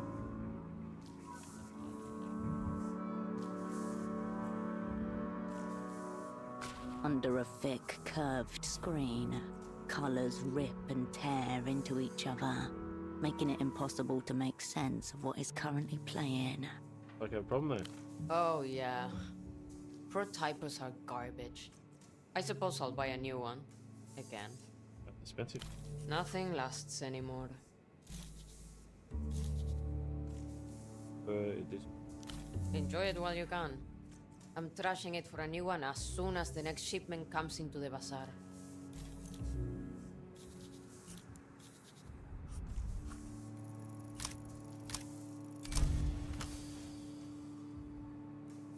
Electrons deflected by magnetic interference. The shadow mask has been corrupted. Without an instrument of magnetic banishment, you are near powerless to exorcise the demons of distortion from the fog mirror's television. No need to throw this one out. Just needs a little just. Oh. Don't have to do girls one playing around with my dude. Meantime, you can just move the speakers further away. No. I'm not sure what you're even talking about. No wands here. All hope may not be lost. The proximity of the speakers to the CRT screen has caused this blight, so perhaps removing their malign influence will, if not completely free the television, at least prevent its further defilement. Yep. Probably should. In the meantime, we just move the speakers further away. The bartender stands on her toes and Yay. moves the speaker a few centimeters. Almost instantly, the purple blotch recedes. Well then. Good eye. Thank you. You're welcome. Match with her. For a quarter of an hour, you watch as men in short shorts and tall socks hurl a leather sphere against concrete with tremendous force. Their passionate grunts are matched only by the violent impacts of the ball. Why are the shorts so short? Shows off their work. The words of your old double Holocene come to mind. In the so-called developed world, the whole political and cultural economy of a place is revealed through its sporting rivalries. What's to do with the brown team? That's Kisok BC. Everyone around here goes for them. The locals local. Team of the working classes with strong ties to the old silk industry. Recreación. Bunch of pretty boys in short shorts. Recreación is a money laundering vehicle for the profiteer class. Those who've won the end of Interesting. history by steering years of stabilization packages to their chosen enterprises. Are they any good? They're alright. Get down with it. Viva Kisok. Just remember that we're not allowed to use the WCs in another team's arena. Wait, why not? I guess they're worried someone will take it upon themselves to recreate the ceramic panic of '83. One person rips out a toilet and lobs it into the stands. One time. My batter is iron. I'll hold it. Hold it in for him. And if not, there are plenty of plastic bottles around. Oh. What's 15 minutes pass in near silence as you stare at the Cool. television, mesmerized by the rhythmic action on screen. In your trance state, you hear a voice that sounds eerily like yours hiss, "Yes," when one team scores a point on a particularly tricky shot. It's only when the channel cuts to a commercial for tuk-tuk insurance that you snap out of Tuk-tuk the insurance. sports-induced reverie. The bartender gives you a brief, familiar nod as you slide off the stool.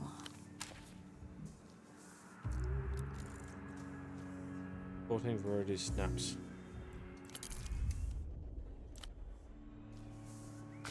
An older man, heavy-set, looks up as you approach. On the table next to him is a large plastic box. An accordion hose runs from the side of it and disappears between his shirt buttons. Like a dead octopus, smothered and forgotten about. Opera. Bon of you to drop by. Though a bit earlier than I was expecting. It should be said that you've never seen this man before in your life. Fair enough. No matter. You're here now. That's what counts. I feel like you pick up and smash your face in. The man gives you a quizzical, slightly offended look. I'll pretend that was meant to be flattering for one of us. Some reputations precede. I heard a notorious spy had escaped from the freezer and was running amok in theater. Had to see for myself. This man must be part Yeah. of our welcoming committee. The gang's legend spreads far and wide. Now here you are, in living color. Cascade, known to some as Herschel Wilk. Come on, operand. Stupid games are beneath us. Let's get real. Sure. I was a sock importer once or twice myself. Of course, that was before I became a null entity. These days, I'm just sad old man in an ugly shirt, killing time at a gaudy Pelleter bar. No entity. The Operant Bureau's preferred name for those it would rather forget. Oh. But my sordid history's not the subject here. It's you everyone's asking about. Hold on, who's this? Old friends, professional critics, big-time players in the international organ market. What are they asking about? All kinds of stuff. They're asking, has she figured out her assignment yet? What's going on with her double? Does she still have it? Thrilling questions all. But mainly, they're concerned about your heart. My heart? What? I can- Size of a fist, weighs about a quarter kilo. They want to know what you'll take for it.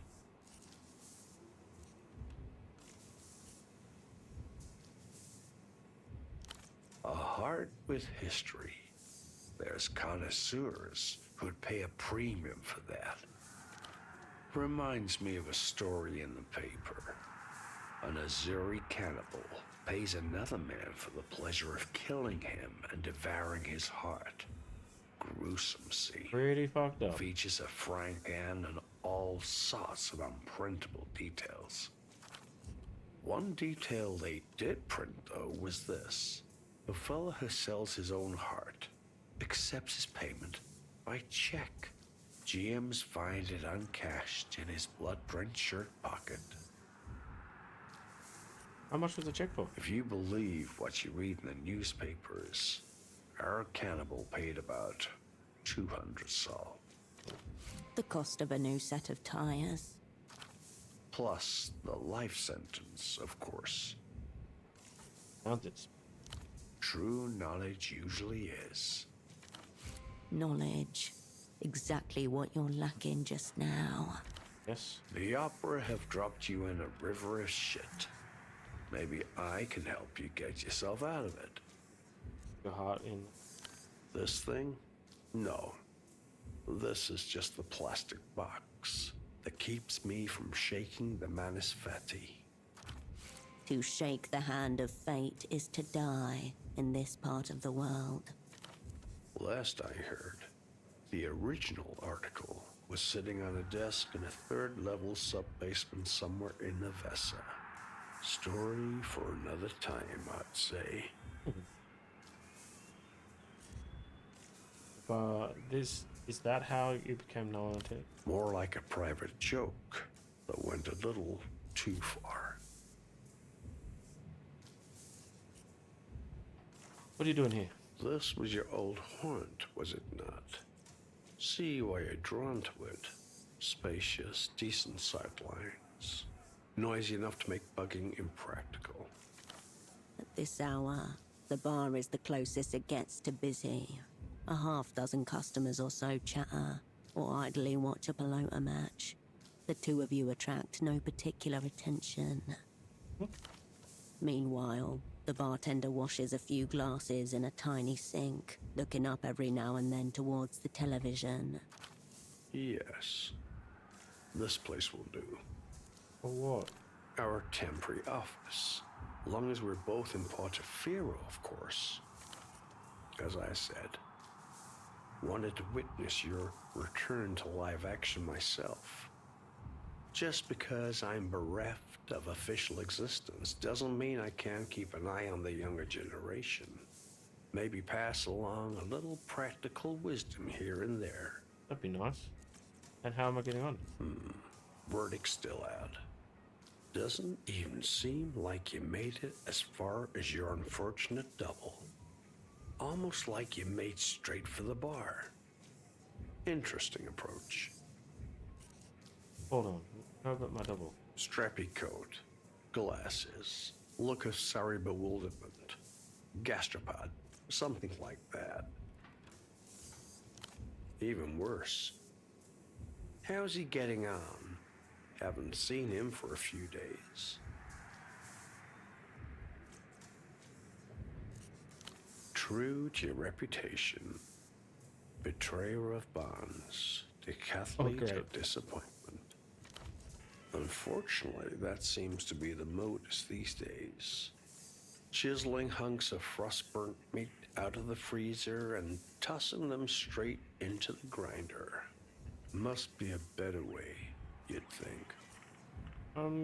Just getting my hands warm. Better grab a couple of sticks and start rubbing. Gets dark and cold here. You're gonna need it if you want to make it through the night. What is it used? It? That ineffable, inexplicable quality essential to success in theater. Frequently discussed, rarely demonstrated. 1 800 potential.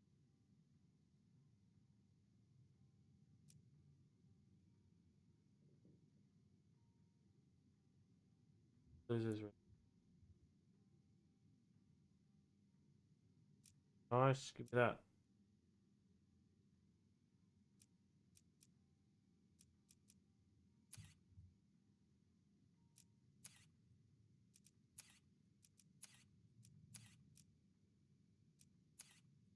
Plug it in.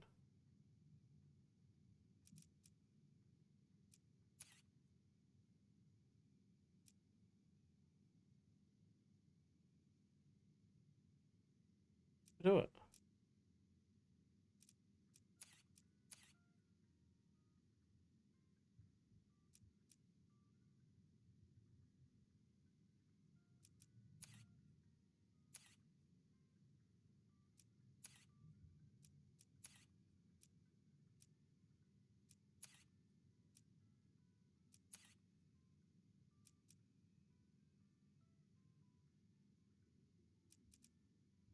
Hold to condition.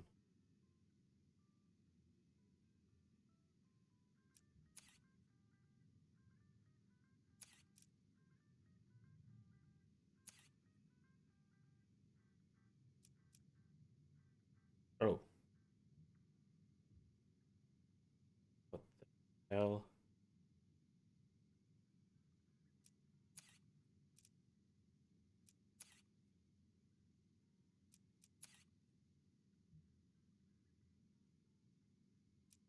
Thought to thought. Gosh. Hold the Brian button? What?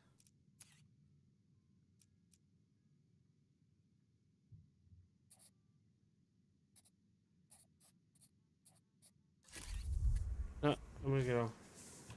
Keep going. Whatever that is, I've already... Not that. It. If you can't even tell the difference, you're off to a poor start, I'd say. Can it be measured? No, it is uncountable and immeasurable. Much Hold the to the brain chagrin of the chart fuckers who lately seized control in Nevessor and the other citadels of secret power. Hold the brain button?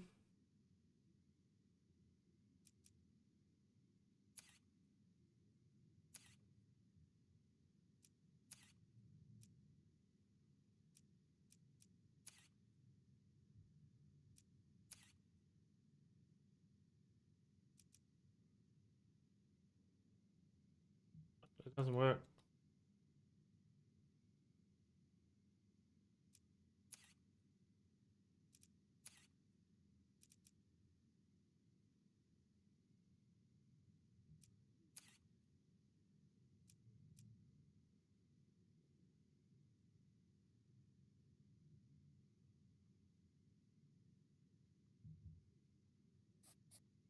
Weird. And yet, when in its presence, none can deny. No, I can't drag it either. Depends.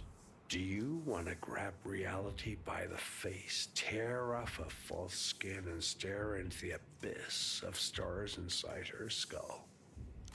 There was a time when someone believed you might, seeing as they trusted you to set up the opera's last Portaferro network.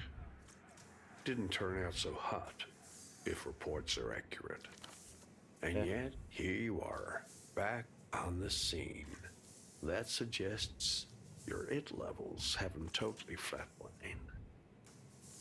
One of the most difficult questions in its studies.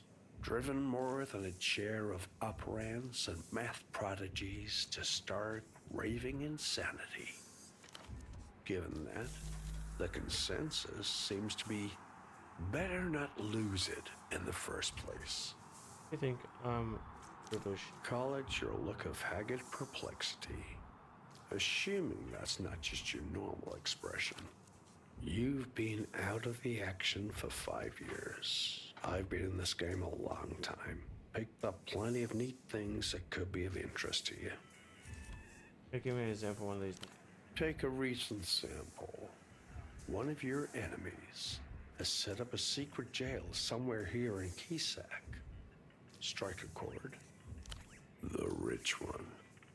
Amter. My offer is this. I share with you a little from my wall of shadows. You help me with some personal research. That makes you an expert on secret jails? No one said anything to me about secret jails, right? Because I've been in a few. And set up a few others myself. No one said anything about secret...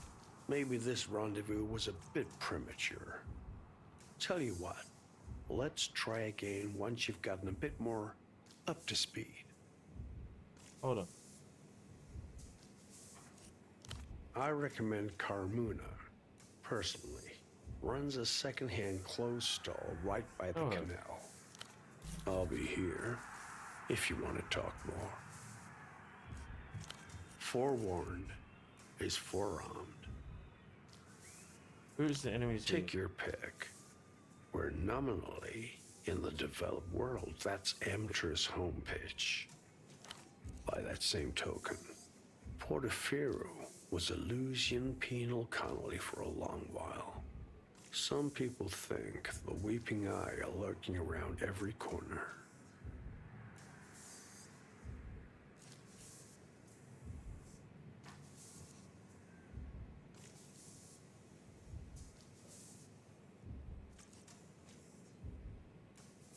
Naturally,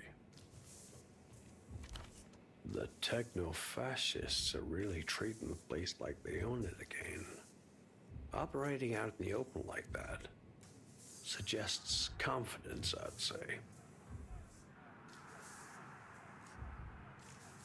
Pop star. Music, not really my area. Spotted a couple teenagers in elaborate costumes. Seem to be fans of some kind. I'd say they're your source. He takes the disc and adjusts his glasses to get a closer look. Two things stand out. First, this is an unusual format. Einzelton. Not just standard consumer fare. Pretty sure this took out my double. That right? Solid stagecraft, I'd say. Spoken like an artist admiring a rival's technique.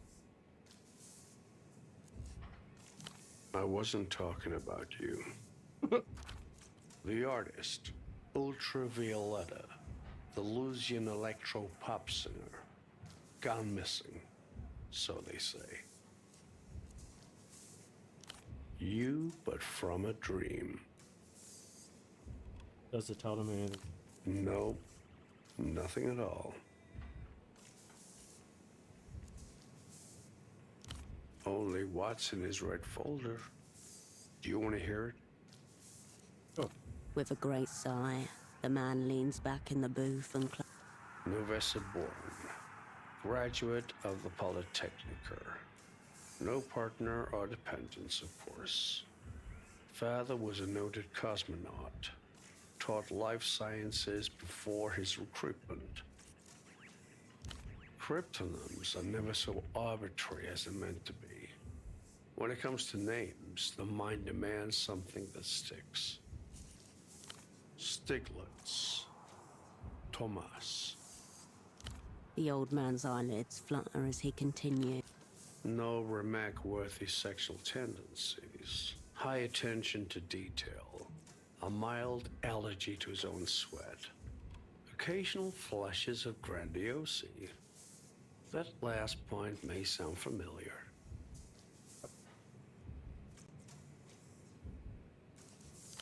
A joke. Your flashes are more than occasional. Would we have been friends? You were chosen because his skill sheet was thought to complement your own. How that translates interpersonally. More for you to say. Something tells me. At the chance. It's certainly pretty for you to think so. And convenient that you'll never find out for certain. And recitation. No such thing in my experience. At this.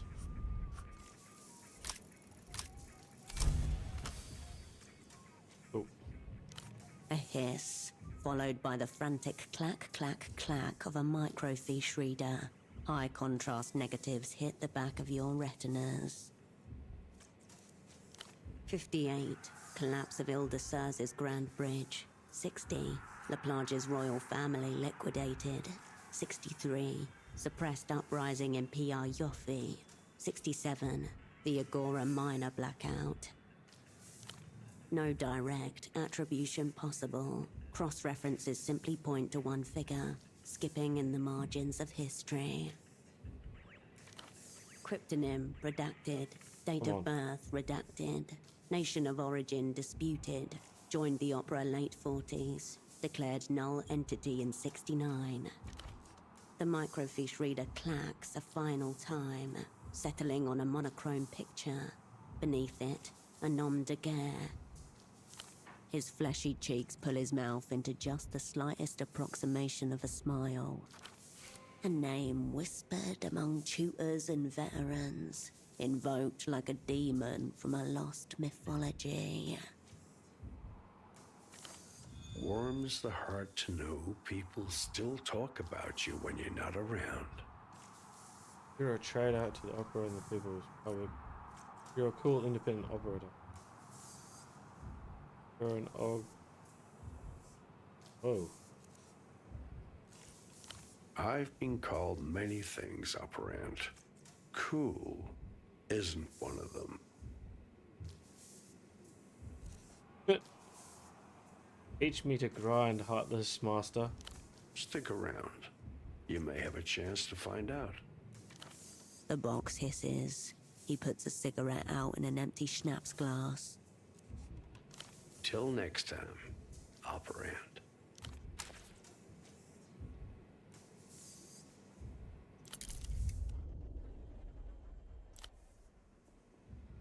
Okay.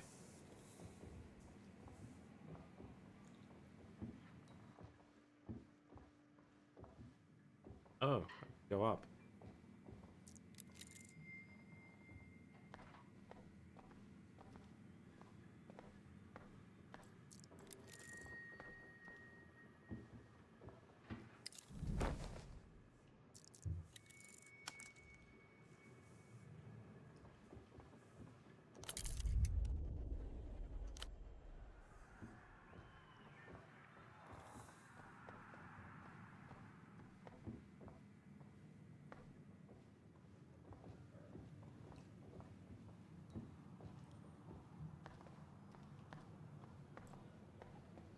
Oh.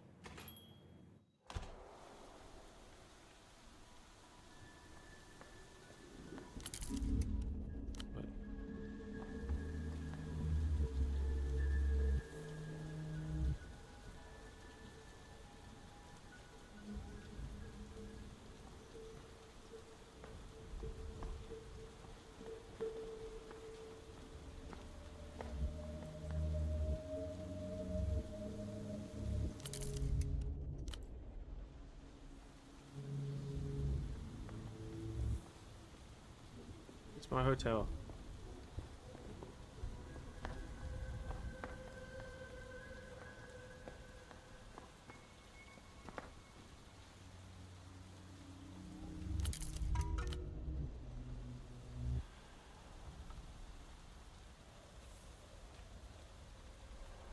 Dell is up high.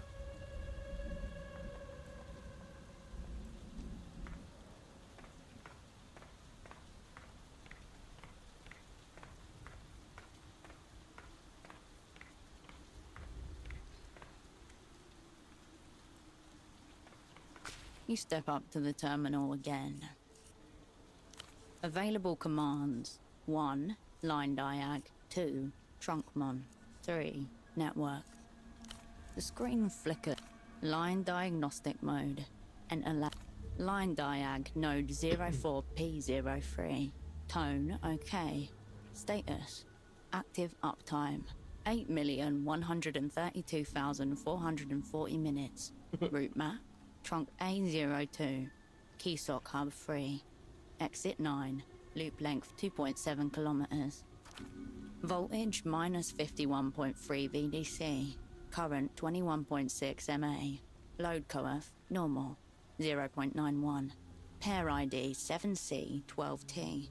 Tone frequency 1.024 kilohertz. Perfect. Now activate pilot tone injection at 997 hertz. Minus 20 dBm, below conversation level. You'll be able to follow the magnetic bleed. Tell terminal to make line go beep boop in a unique way, then follow the beep boop. You're not sure how yet, but the wealth of details should prove useful. Line diagnostic mode. Line diag. Voltage. Perfect. Now tell terminal to make line. You're not sure how yet. You close the box. Okay.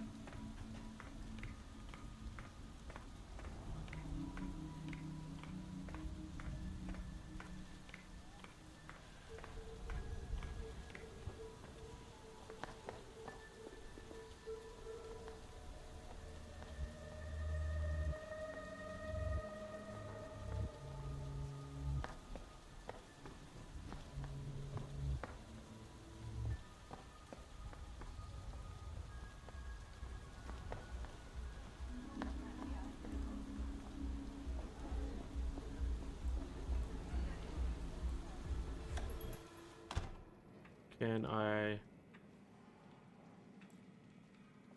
Back for the gruesome finale.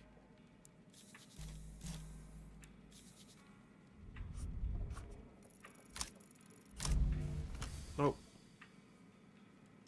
It's bureaucracy versus insanity. Yes?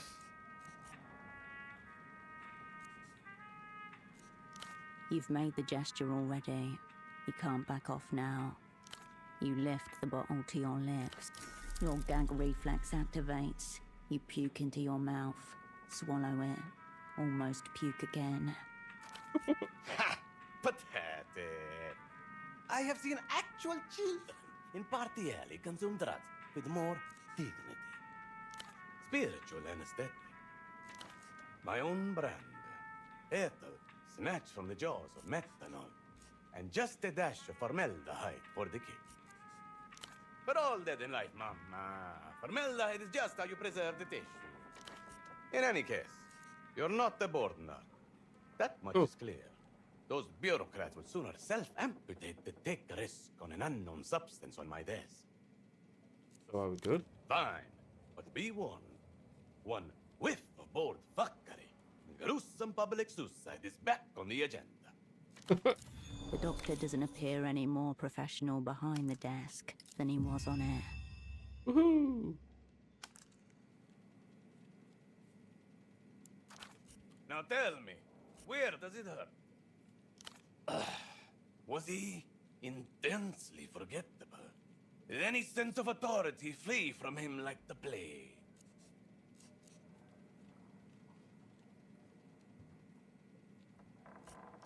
That's him.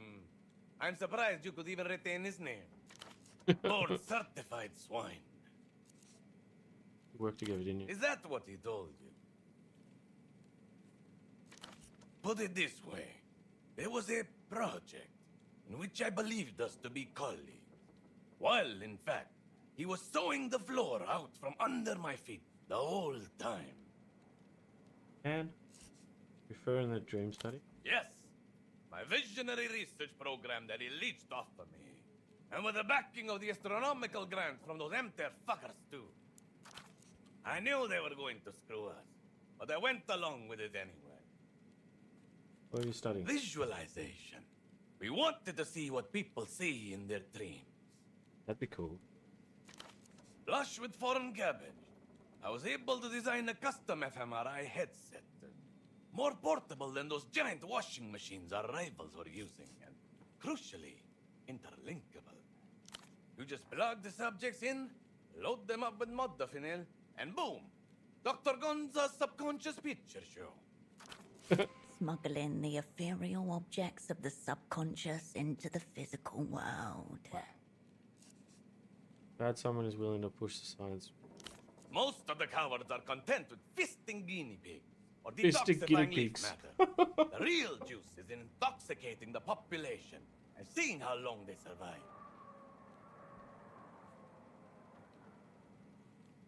I go along with it if you're getting screwed over. Clearly, you don't know the first thing about human biology. How was I going to give birth to my baby without first getting fucked a couple of times? I don't regret it. Not one instant. I got to see the subconscious picture show. Who else gets to say that? How did it end? Abruptly, and then betrayal. I got a call from Abbe one morning. There's someone in the office for you. So I come in, trustingly, like a slaughterhouse animal. And there they are. Let me guess. Bored. Bored. They even had the audacity to box up my belongings with their fucking claws before I arrived. Next thing I know, they're boxing me up too. I've been boxed up too, not recommended. Makes you painfully aware of the orifices you didn't know you had, doesn't it? That's why Nabe had been plotting it for ages, clearly. Having nearly missed the fucking boat once, he wanted to seize control of the study for his own purposes. Hate is a better word for it. Fair. My theory is that dullness he exudes is the result of a fungus of some kind. A parasitic brain mold playing at the motor cortex, like a child with a joystick.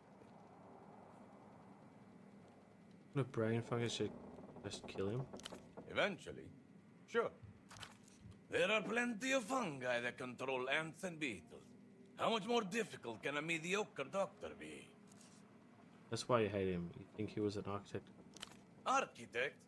A child making macaroni collages is more of an architect than that invertebrate. Not to mention the fungus in his brain. You want more? All right. He's a thief too, which I'll admit is impressive for a gastropod. Gastropod.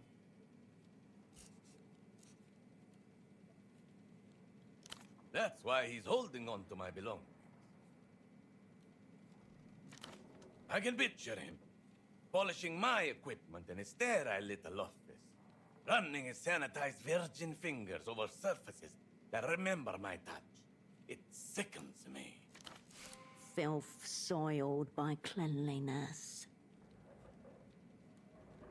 A research-grade apparatus, used for advanced diagnostics. I've got that. Very sophisticated, finely calibrated, for thousands of souls. It should still be in its aluminum housing, unless that institutional hemorrhoid has decided to put it on display. Institutional hemorrhoid. The implication is that you'll know it when you see it. Extremely ominous. Why would he steal your things? I don't know. His mind is too dull for me to penetrate. The brain fungus told him to. And give him the satisfaction of knowing he has something on me. Absolutely not. Besides, I don't trust myself not to murder him if I come within choking distance. I could help. Wait, not murder. Nice. That's for humans. You get the gist. You love drugs, right? Your brain is constantly churning out natural neurochemicals. It's basically made of drugs. Who are you to say no? I'm gonna say no. Yeah, me either. 2 weeks. Since you're allowed on the slug's premises, how about taking a peek, eh? Grab my things on the way out of there. I'll open my store in return. All the drugs you could want. Pharmaceutical bonanza. I've got it. 2 words. Lab grade.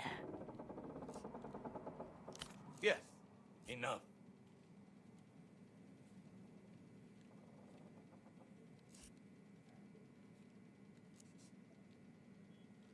Got your personal effect. Hand over the dummy. Metaganza. I'll have to hose him down after whatever that swine Hugo Arbe has done to him. But it doesn't matter. He's home.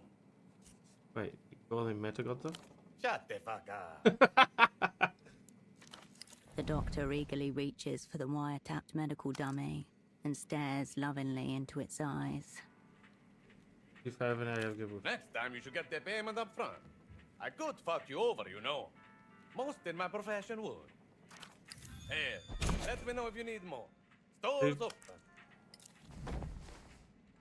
Pocket cocaine? What?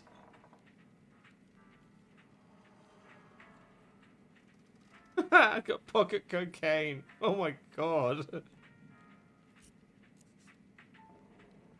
He's dead. Forget about him. He's dead. Forget about him. No, that's the thing. He's not dead. He's comatose. Totally unresponsive. Who's the unfortunate? A colleague. Let me tell you something about colleagues, sister.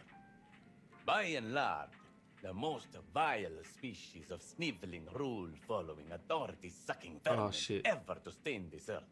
Second, perhaps only to medical board inspectors. You don't have conclusive proof he was not like that, at any rate. You want my advice? Roll him up, toss him out in some hazardous waste bags before he starts smelling. Little Mara 41. Please help me out. All right. Walk me through it. Gut diagnosis screams ketamine binge, but I'm keeping an open mind. Any signs of injury, self-inflicted or otherwise? No physical injuries. Eyes open. Good stuff. Anything else? Listening to a strange disc. Strange how? Well, it's an enzyme for sample. Oh, who cares? Show me. Ultravioletta. Well, there it is. Mystery condition solved. Not sure what music was actually. Of course it was. This is a clear-cut case of LAS, libidinal atrophy shutdown syndrome. Affects terminal virgins, unlaid husbands, and men exposed to overly uterine music. Tea drinkers too. That is definitely 100% a real condition. Yet I'm saying whatever heard on the disc did that to it. Feels like we're just wasting my time. Ready to get.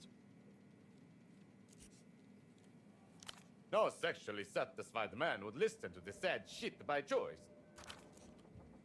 Men are built to pursue, conquer, reproduce. Ergo, per annum, a quota of fucking must occur. His body is given up from neglect. Seen it 1,000 times. Trying to tell you, I think the disc itself has some kind of brain melting property to it. And I'm confirming your intuition. That saccharine trash is absolutely 100% anathema to the male brain. You could probably survive it, though I suspect it would inflict some kind of intellectual damage on you as well. Okay, so he's chronically fuckless about it.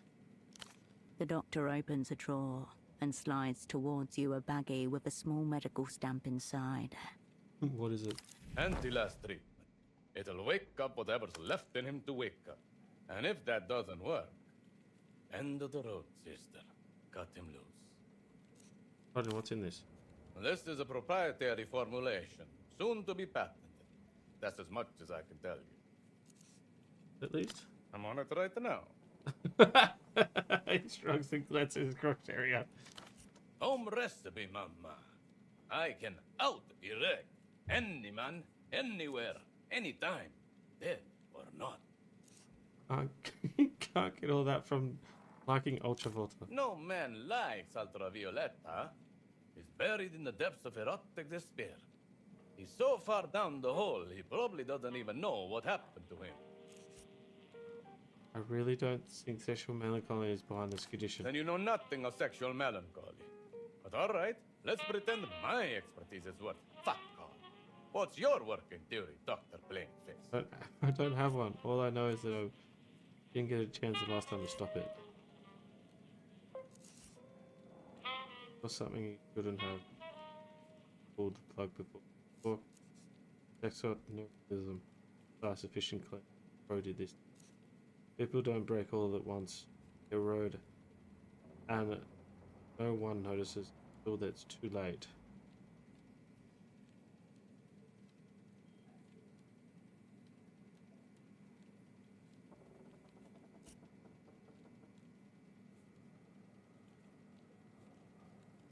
Too late for that if he's less induced. Honestly, you women. It's like you want us to fail. Really. All I'm hearing is that you don't have a fucking clue what happened or how to help him. Unfortunately, in the midst of all his ramblings, he has discovered a point. It's unlikely this treatment will improve Pseudopod's condition, but you might learn something from it. You really think it will work? Of course I really think it. I prescribed it.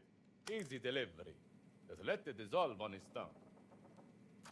Alright. Good luck to you.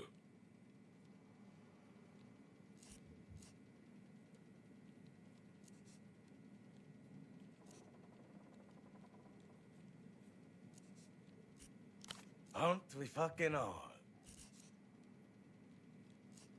Pocket cocaine. Dexo was a gain sentence shelved.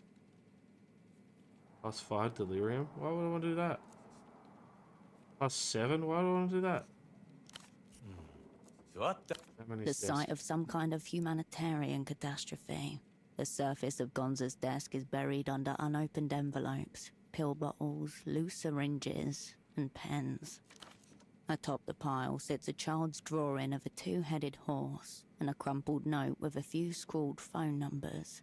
The doctor's twitching, though watchful eye inspects you as you scan his mess. Not my kid, before you get ideas. I locked down my own plumbing at 12. Quarterized and triple-tied vast deference. No one's trapping Gonza. Some junkie spawn handed that abomination to me after I treated his mom. Zero talent. Goths, a two-headed horse labeled Mr. Gonzalez. Man, I think it's sweet.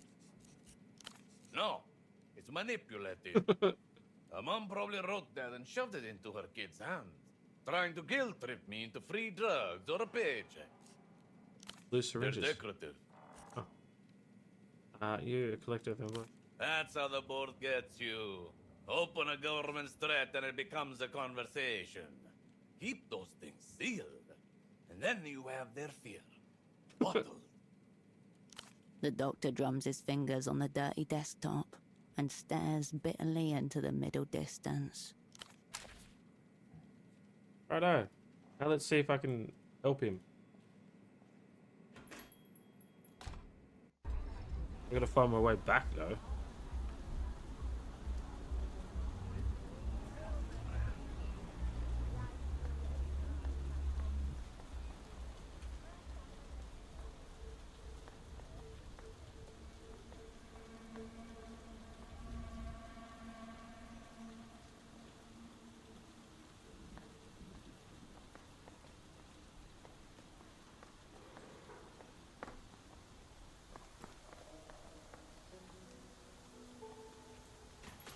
Is this the bar?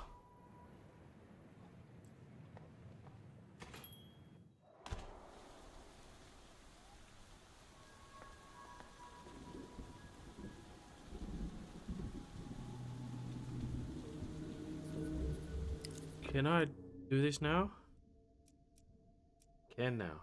Statehood potential, shadow play potential. What's the other one? Old heart read. Okay. Shadow play.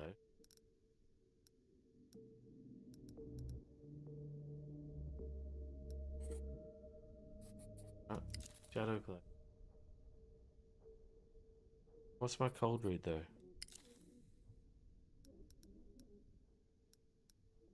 Cold read's 4. Alright. 2.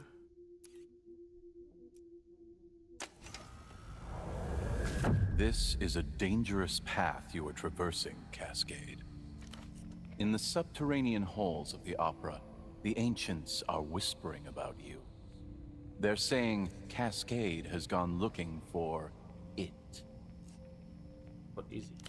A question that's plagued centuries of poets, athletes, aging rock stars, and operants, each driven to utter distraction in their own mental wilderness. Okay. In the end, it cannot be known, only had or not had. Very much looking for it. Then you've already lost. Oh. Some are born with it. Those who go looking for it, more often than not, end up destroying their lives in pursuit of the elusive ideal, like operant probable before you. Need to understand the nature of this it. The question before you is the same one that obsessed operant probable during the period of their precipitous decline. It rides into battle under polychrome banners, lance shining with the hopes of the people. It wears a suit of steel. Women and homosexuals throw flowers at its feet. In their final reports, Probable speculated that it had disappeared completely from this material plane, and could only be recovered by undertaking a dangerous meta-quest. Pick up the lance for it. Luck and skill, Cascade. You will need both. Thank you.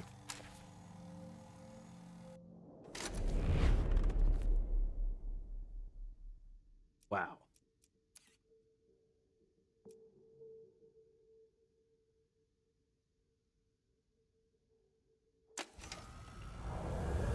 Check it out, Hirsch. The creditorial equivalent of a mountain. An impossible weight somehow lifted, just waiting for the disturbance that will bring down the avalanche. What happens when it comes down? If it comes down, it all comes down. Countries end, history restarts, cunts die. By some estimates, the entire world is 3 trillion sol in debt. If every one sol note in existence were used to pay off every loan, at the end of the day you would still come up short. How's that even possible?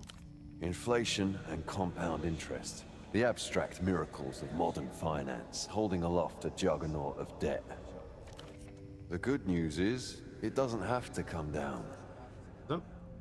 Debt is platonic, Hirsch. Big or small, it doesn't exist as long as you don't pay it.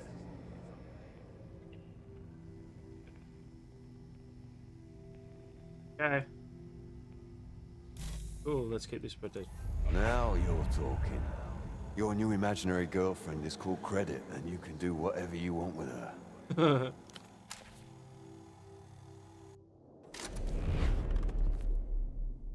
Alright. That do? I thought, hold to unlock, you need a skill point. I don't have any more, so there's no point. Yay, I finished one.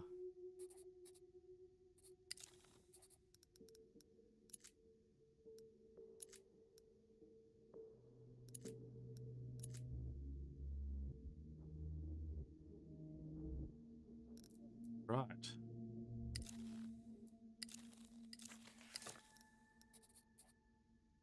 Okay, 18 hours.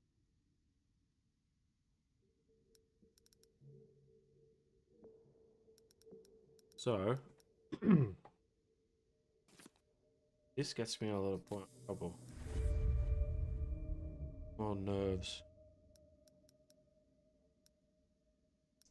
Then,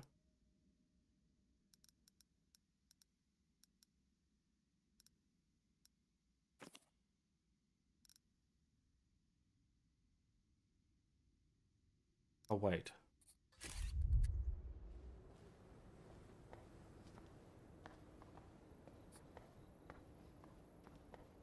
Is there a map?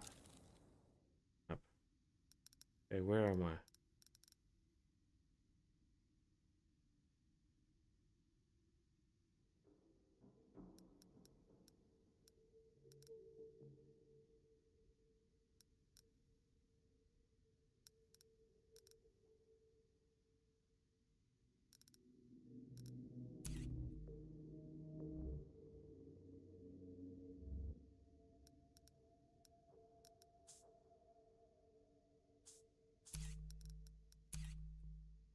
The hell?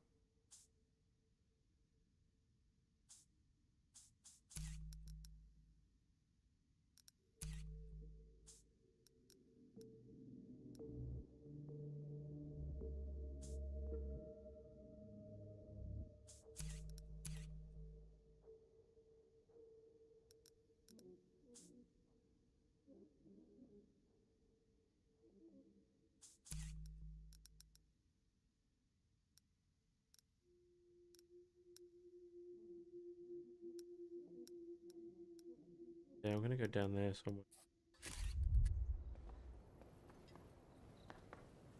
I'm gonna find where I sleep.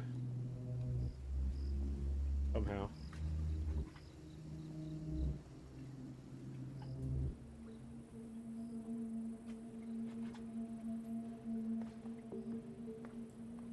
An assortment of cargo crates sits in waiting. You step away from...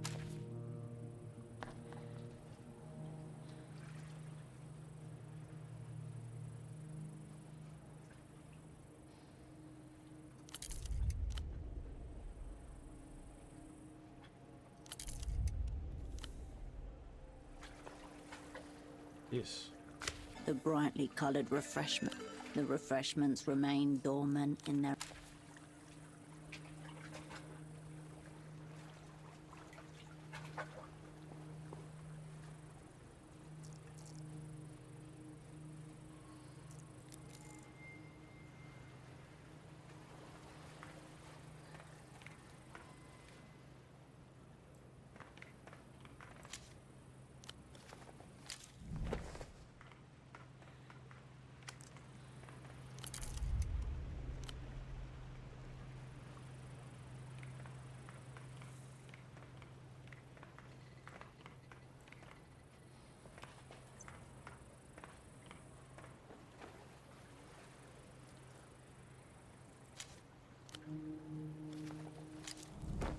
a bottle of snaps.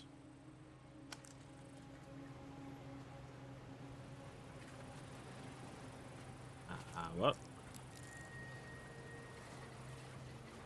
The man gives no indication of registering your presence. His mirrored sunglasses are turned skywards. Must be cataract glasses. He's visually impaired. Maybe mentally impaired also. You're excused. Help you with something? Other man came in with a car recently. Talk to. Colleague? Rolls his head. Brett and others go on. Talk merchant. There's a lot coming and going from the bazaar. I don't paid to kick. A decent performance, but you have notes. Odd. The guy said there. Did he? Oh, right. The two communists. How have. What? Now I have him. Yeah, your colleague here. As you can see, he isn't now. Socks mostly. Tilted his head. Not really my province. Here with brokers can't. With brokers, I'm kind of deal with the bizarre. Time to show. It Card. wasn't. Then he must have been a spy. An operant bureau. A measured flare of cigarette smoke. A still moment. Boats creak in the water. Nearby, something splashes. It used to be. Sometimes bus get ahead of you, or falls so far behind that you start to lap it. Rough grin. Anyways, your colleagues seemed understandable, respectful, but I couldn't help. End of the line. The pseudopod terminus. He bounced off this man and landed somewhere in oblivion.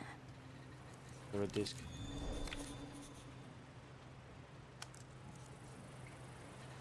No, he frowns. What's on it? I'm not sure. It made me terrible colorless. Heavyweight. Got a couple of these tapes up back in the day. Color discs in these high-tech formats. No province either. He was alright when he was talking to you with it mentally. Very much so. Probably too much. Probably too with shaky hands, blotchy neck. But he did alright. A polite round of applause for the support act. Need to know what my partner wanted. Why was he here? Woohoo! Still point, baby. So it's partner now. Cease across the brow. He wanted the same thing as you do, I assume. I meet with the boss man. A face flashes in your mind, unbidden. Heavy set, boyish grin. Traces of the underworld clinging to him. Who's the boss man? Tempo de Sur. Your cerebrospinal fluid turns to liquid refrigerant. I'm gonna have to put nerve in. Nerve's getting me destroyed here.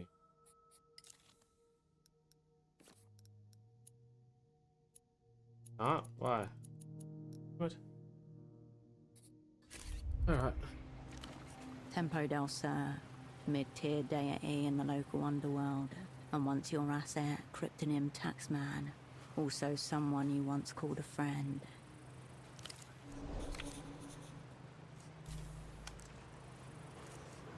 I can't find him.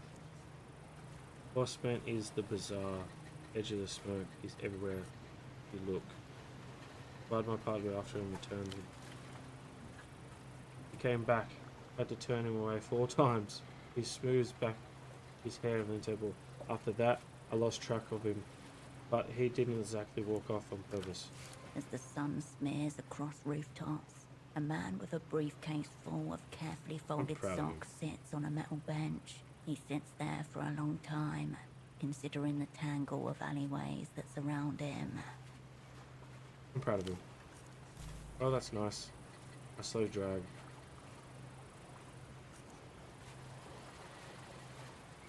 Huh? Yeah, whole kingdom keeps Tempo had many criminal-grade contacts in the loose. Probably how he dodged the fallout after your network blew. Tempo's boss man. Big picture stuff. His new underboss keeps things tight on the boss. Teenage girl, 16, maybe 17, but knows the score. He smirks, promising young bootlegger. Haven't seen her around. She's here and there, but luckily catch her last foot. Bossman still smoke. Both of them do nowadays. Trying to ship me. Yeah, ordered those. He takes the drag of his own cigarette and glances at it. Not my brand. Fine stuff. Just making sure the bosses don't run out. Little things that keep you steady. How'd Tempo pull their operation off? Man, he's got a way of rallying people around him. Friends, allies with underworld. Contacts. Doesn't go in for sleep much either. Maybe he bottomed his way to the bottom.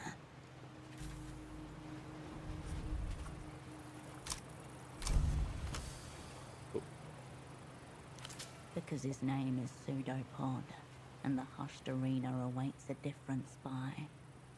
Turned my colleagues away because you are? He's going to make you say it out loud. Really not important. I think it is. He nods slowly. It's impossible to tell if he's looking at you in the half-light.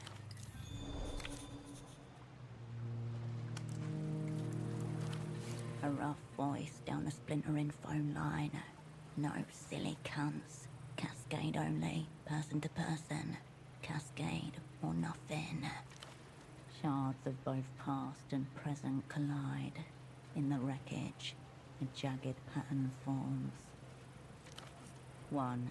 Tempo, cryptonym Taxman, your dormant asset. Contacts the Opera. Intent unknown. Information unknown. Request, meeting with Operant Cascade. Only Cascade. Ah, now it's filling in. This is cool. But they didn't tell me. Didn't tell me anything. 2. Cascade status frozen. Duration in perpetuum. Opera issues directive. Dispatch lead operant to Portaferro. 3. Pseudopod. Active in theatre. Assignment. Meet with Taxman. Retrieve message. They wanted Pseudopod to become Tempo's new handler. You were just here to smooth the transition. 4. Pseudopod fails to meet with Taxman. Requests Cascade from Opera. 5. Timeline disrupted. Movements unknown. Pseudopod. Status changes to lost. Then I enter stage right. 6. Cascade. Status changes to reanimated. Operant arrives in theatre. Unbriefed. Unassigned. And... Be fucked by our road, so questions coagulate, but at their center a truth catches the lie. You knew it all along. One of your people reached out for you. my asset. This is my assignment. Here's how I see it. Maybe how I don't. First, refocus. The weeping eye come in heavy, start cracking skulls, gets a wild look in his eye and follows it out the door. You two spirits appear out of nowhere, full of socks and half stories. Now we're all jumping at shadows. I'm Rustaman. Brought up the following codes. I can't follow a code if you don't know what's fucking up. I'm sorry, I've got you on the floor here. Calling this the middle. Best laid plans. I was trying to slink around the edges of short drag. That's our biggest problem. Tempo's gone, Van. He's unlatched. Bottom lip. Don't know where he is, but I can tell you where it was. Innocent use of past tense. Oh my god. But still, you don't care for it. That's his office up there. He nodded to the northern part of the bazaar. Temple HQ. Been locked since his disappearance. No one in, no one out. Any idea where he is? What happened to it? I'd rather leave the guesswork to others. Like me. Seem to have a better grasp on the questions just about. Do the words all of the forgiven mean anything to you? Another one of Temper's recent phrases. That one was for you. Far as I could make out.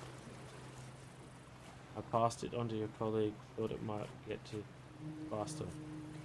Another thing my superiors kept from had to figure out from the cipher. Doc Boy put it in the cipher. This tilts his head. 5 people. When did you last see him? A week or so back. Since then, nothing. Why haven't you been inside? Because it's locked. What if the old man's been there the whole time and need to help him?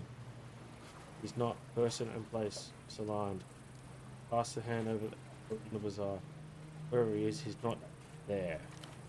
A Not here. hollow center, expanding with every passing hour. When you're done. When you're done. Gosh. An old, low-slung workhorse with tar patches, welded plates, and mismatched boards. Marina 32, early 70s issue, Port of Fear and manufacturing, built for municipal dredging, but this one's been heavily modded.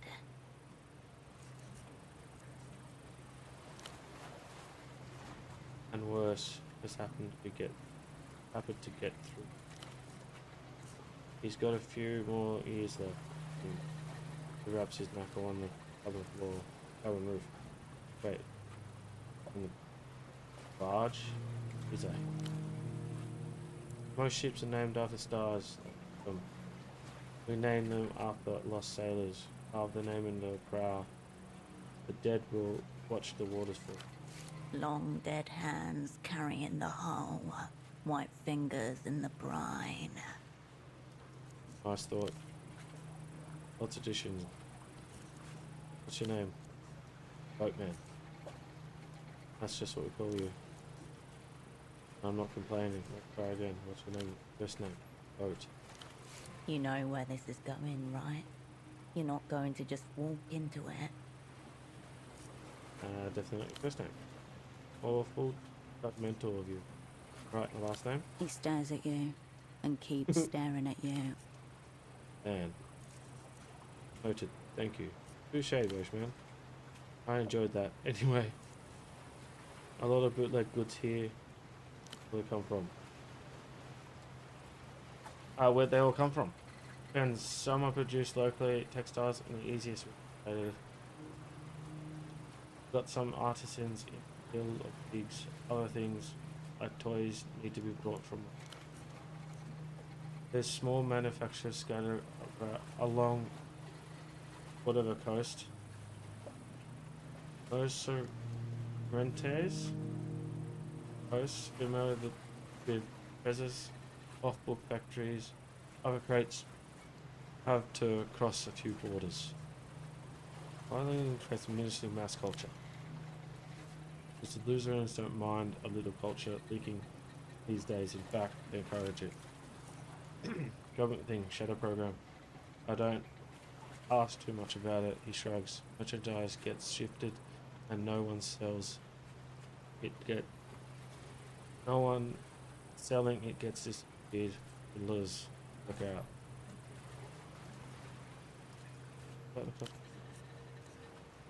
Friend of mine.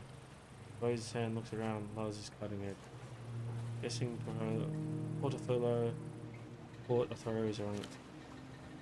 So long as they get a cut, if foreign regulations have made that part trickier, more eyes, more signatures. Treaties, obligations to foreign banks and bureaucracies, third-party audits, all part of joining the developed world. Everybody said all this and he did. Not gonna get the smile slip through. Starting as 6 tarps, dust, for losing contracts. By the end of the first year, half of these stores were up. As long as the other takes up the mantle, this space will be fine. He lowers his head in brief. Alright.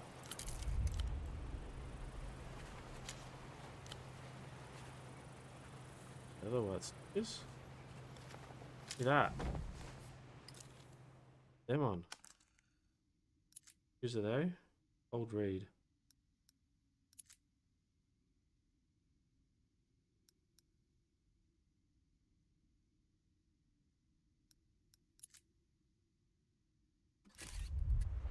Yeah.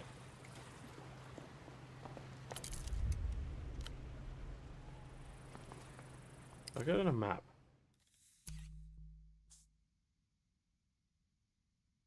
It is.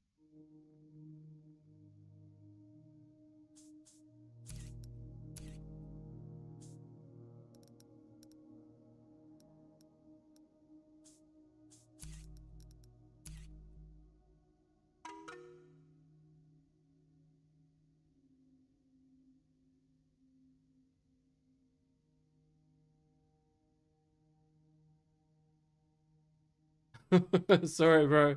Yeah, I'll make note of that.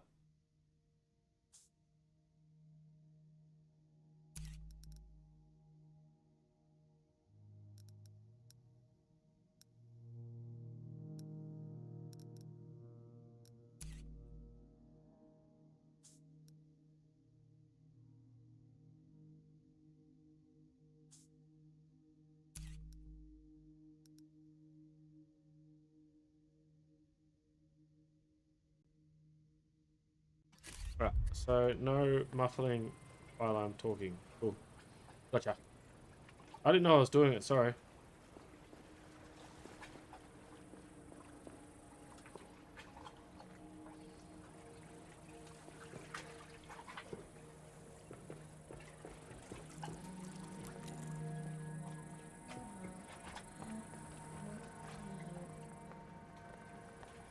Bizarre. Cool. Bagman gestures wildly on the the sounds from the commercial. Bagman.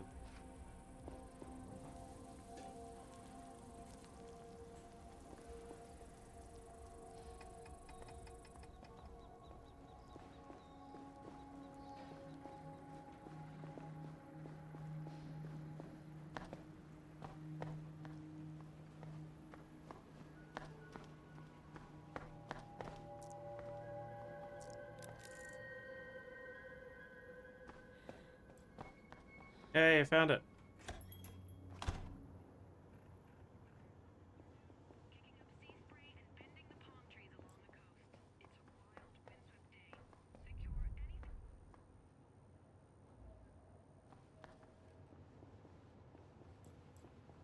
Is he still alright? You return to your double-splayed, upturned body. Reanimate your...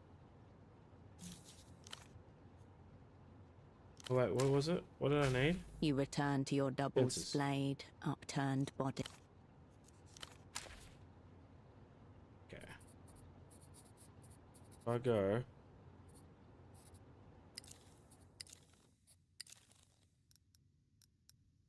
Synthol.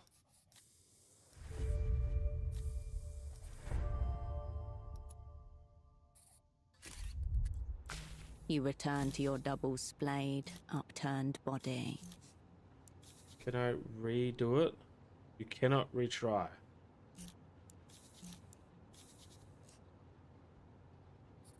Well, don't want to do this. Actually, you know what? Been saved for a while.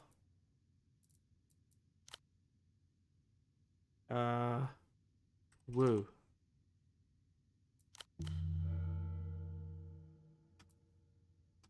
Alright, let's have a little sleep. The bed welcomes you for a soft sleep. Hopefully these things down the bottom go away. The anticipation of a decent rest pulls you towards the pillow. It did. Checks unlocked. All skills. Oh, cool.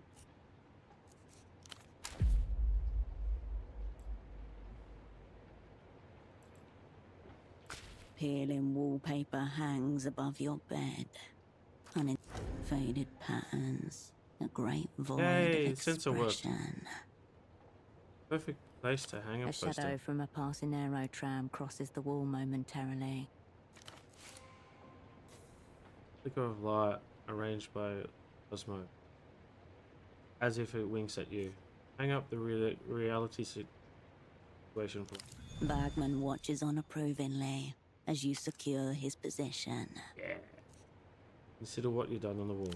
You step back and survey your decorative efforts so far. It's a paper bit on shit, paper, isn't it? dwarfed by the enormity of the void that surrounds it. Shit or not, this is much more than what you had before. Ah, cool. Thousands of miles away, sad people press suits wandering the cold. Hexagon halls and satellite facilities be longing for pop of colour. That's good. The wall feels less dreary as you turn away from it. Oh. Now is my handle More there? information atomizes itself on the up, but no one answers. The ringing continues. 3 diodes flicker in steady succession, over and over. The line is operational. You can rule out a technical problem. Ready? The ringing continues, eternal. Anywhere but on the other end of the line. Downstairs, you hear the sound of Constans moving about.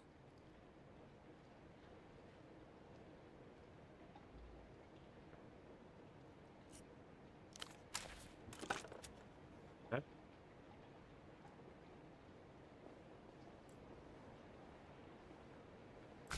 You return to your double-splayed, upturned body. It's like...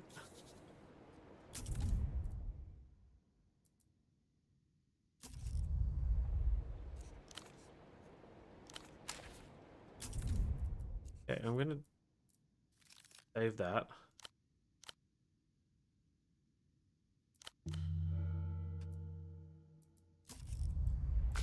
Wish You me return luck. to your double-splayed, upturned body. Yes! Yes! You Woo! slip the tab into his mouth. It feels dry, hot, and deeply wrong. Like a bird's nest after the snake ate its fill. Massage the The down his throat. medication swims through his body, drawn with every breath, every beat of his heart, searching for the right pathways. I believe that was a 35% chance of fucking up, and I got it. There's something wrong. Nothing is happening. No movement, no reaction. Lungs exhale, hair grows.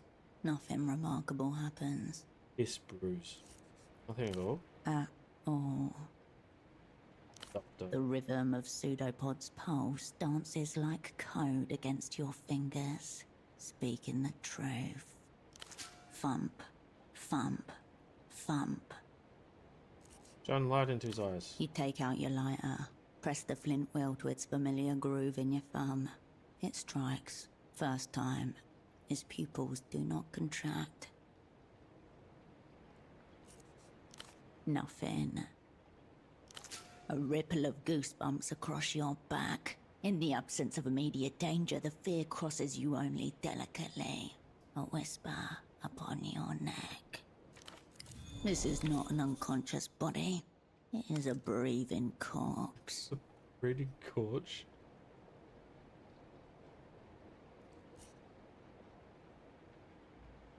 Uh-oh. In another life, you are both earnestly selling your cotton wares.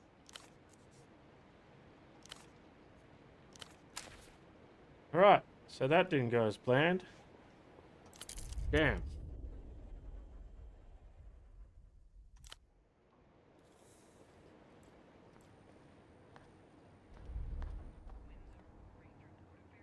Oh, I have a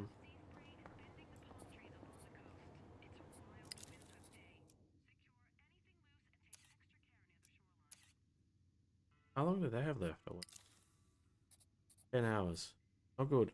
10 hours. Okay.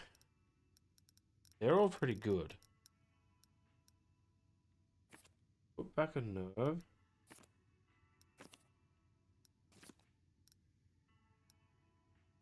Oh, Oh, Prince. where did faxes come through for me? Nothing, I'm afraid. About finding a way around. That's understandable. It's been a while since you were last in Portofino, hasn't it? Of course. Oh. I'll be here if you require.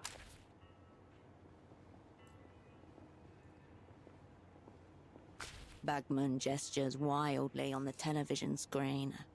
The sounds from the... Bagman.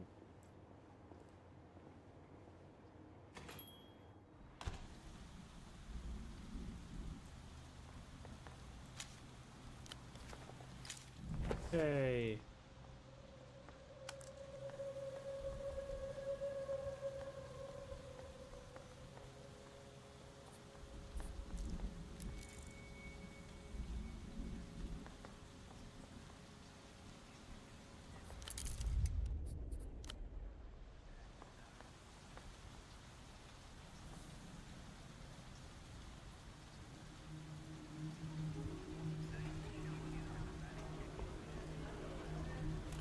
Have a look at You this. pick up the payphone's hand. You can almost feel Oh. the texture of its wet, rubbery skin. Good. Soft, smooth. It's just a little plastic dolphin. There's no way you're actually getting satisfaction from this. Fine, but some soul searching may be required once you're done. The phone rings as you stand in wait. After a while, it becomes clear that no one is going. You place the Damn it. receiver. You step away. Need to find a way to sell money. Or to sell objects. Things.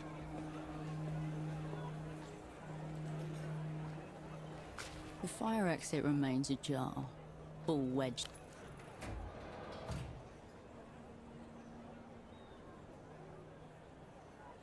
You open the door and climb the spotlit stairs once again.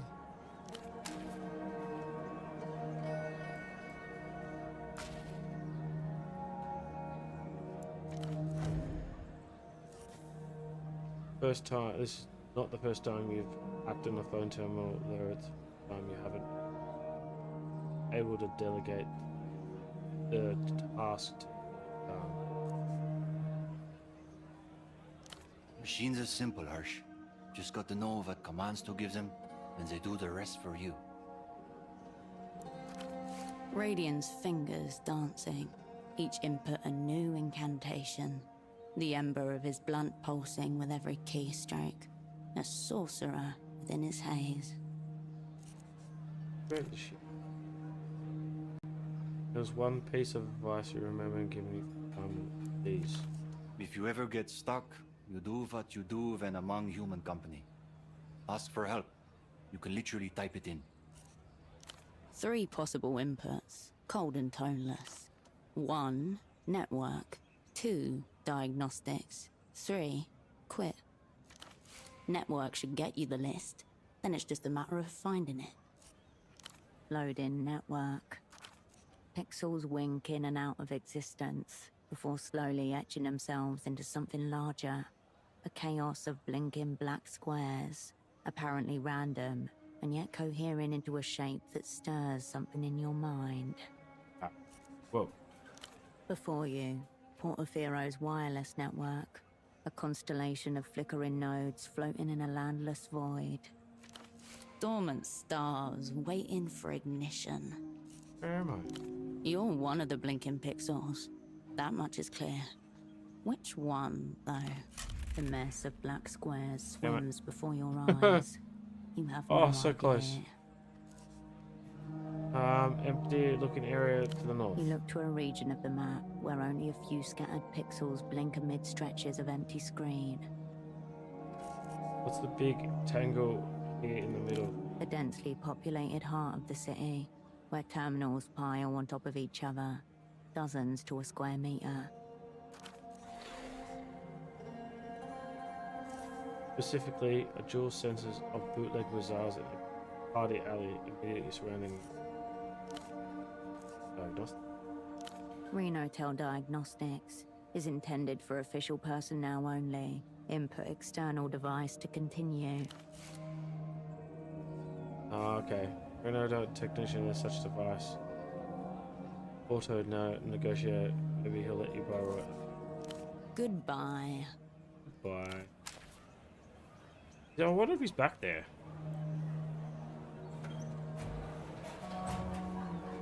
Have a look.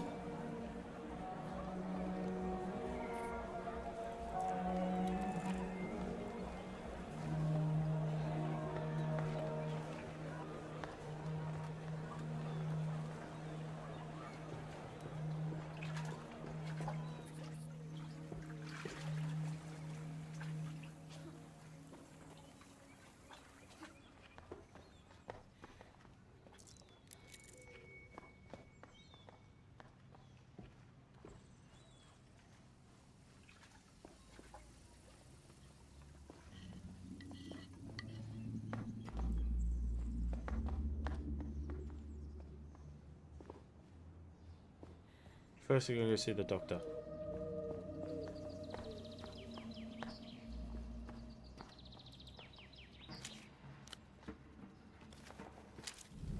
Oh.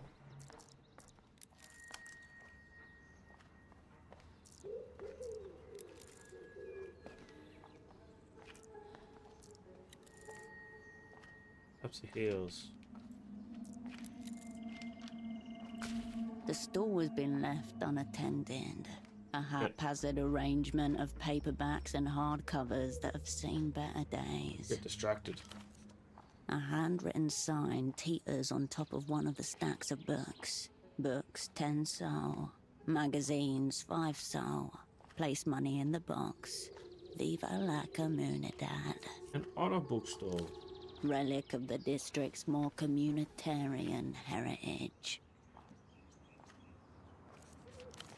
A few scrawled tags separate the various teetering piles into vague sections. By far the largest collection, you see a wild range of material, from an anti-aging guide to a series of books all by the same author, Vitor Kampf. You return your attention to the broader stall. You flip through the stack of slim, staple-bound periodicals, faded fashion catalogues 6 years out of date, softcore adult mags, a gun magazine, and a lot more. Piqued my curiosity. Gotta do it. These shouldn't be here. What if some kid found this?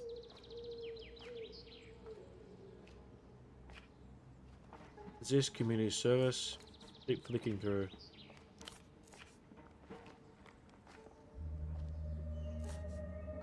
More and more of the smooth, young flesh passes before your eyes. It quickly starts to feel repetitive as you glance up and down the bikini-clad bodies. Page after page, 10 of them a minute. They shouldn't be here. They take them without paying, then they will be marked as dishonorable. Pretty clear how it works.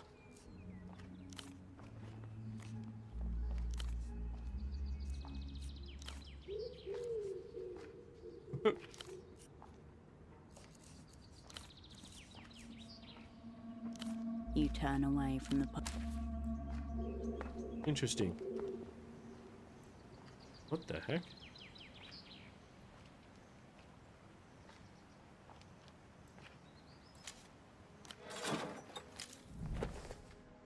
Okay.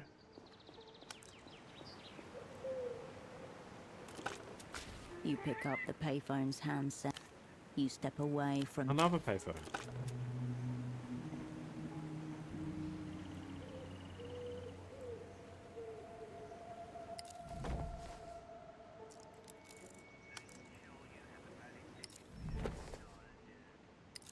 A mesh bodysuit? What the hell?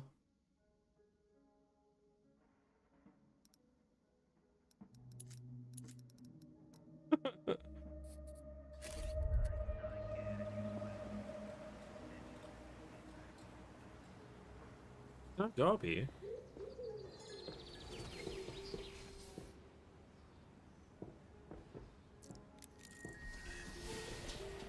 Can't get there though.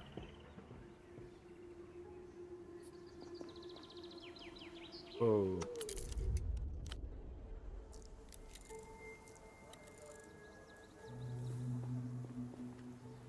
The tiles of this plaza seem to radiate outwards from the strange tree at its center, unlike any other you've seen in this city. Hey, watch. Time passes, but you take no note of it. No one takes note of you either. To wider Keysock, you're simply a middle-aged woman staring at a tree. You let your vision decouple. The tree becomes a pleasing blur of light and shadow. Delirium It's all mode. very Nice. aesthetic. Breathe in. Nothing much happens. Oh. Yep. Time passes. No one takes note. You let your vision decouple. Snap out of The it. tree sways. A tram departs with a metallic groan. I am not going to do that. You leave the Not yet. mysterious. Of course, I'm going to save it under Woo. And then say that is it for me, guys. We're going to have to continue this some other time. So thank you, DJ, for watching. I appreciate you telling me that I was muffled when talking. I will take note of that and try not to do that from now on. But thanks everyone for watching. I hope you enjoyed it. I'm enjoying this. It's very, very interesting. A lot different to the first game by these guys, and a lot to take in. But it's moving at a pace that I like. Comment on YouTube if you're wondering what's going on. If you have theories of what's to go, what's to happen. No spoilers, please. I don't hate that. But thank you all for watching again, and this is Cyber Dingo. You signing out. Thank you very much, guys, and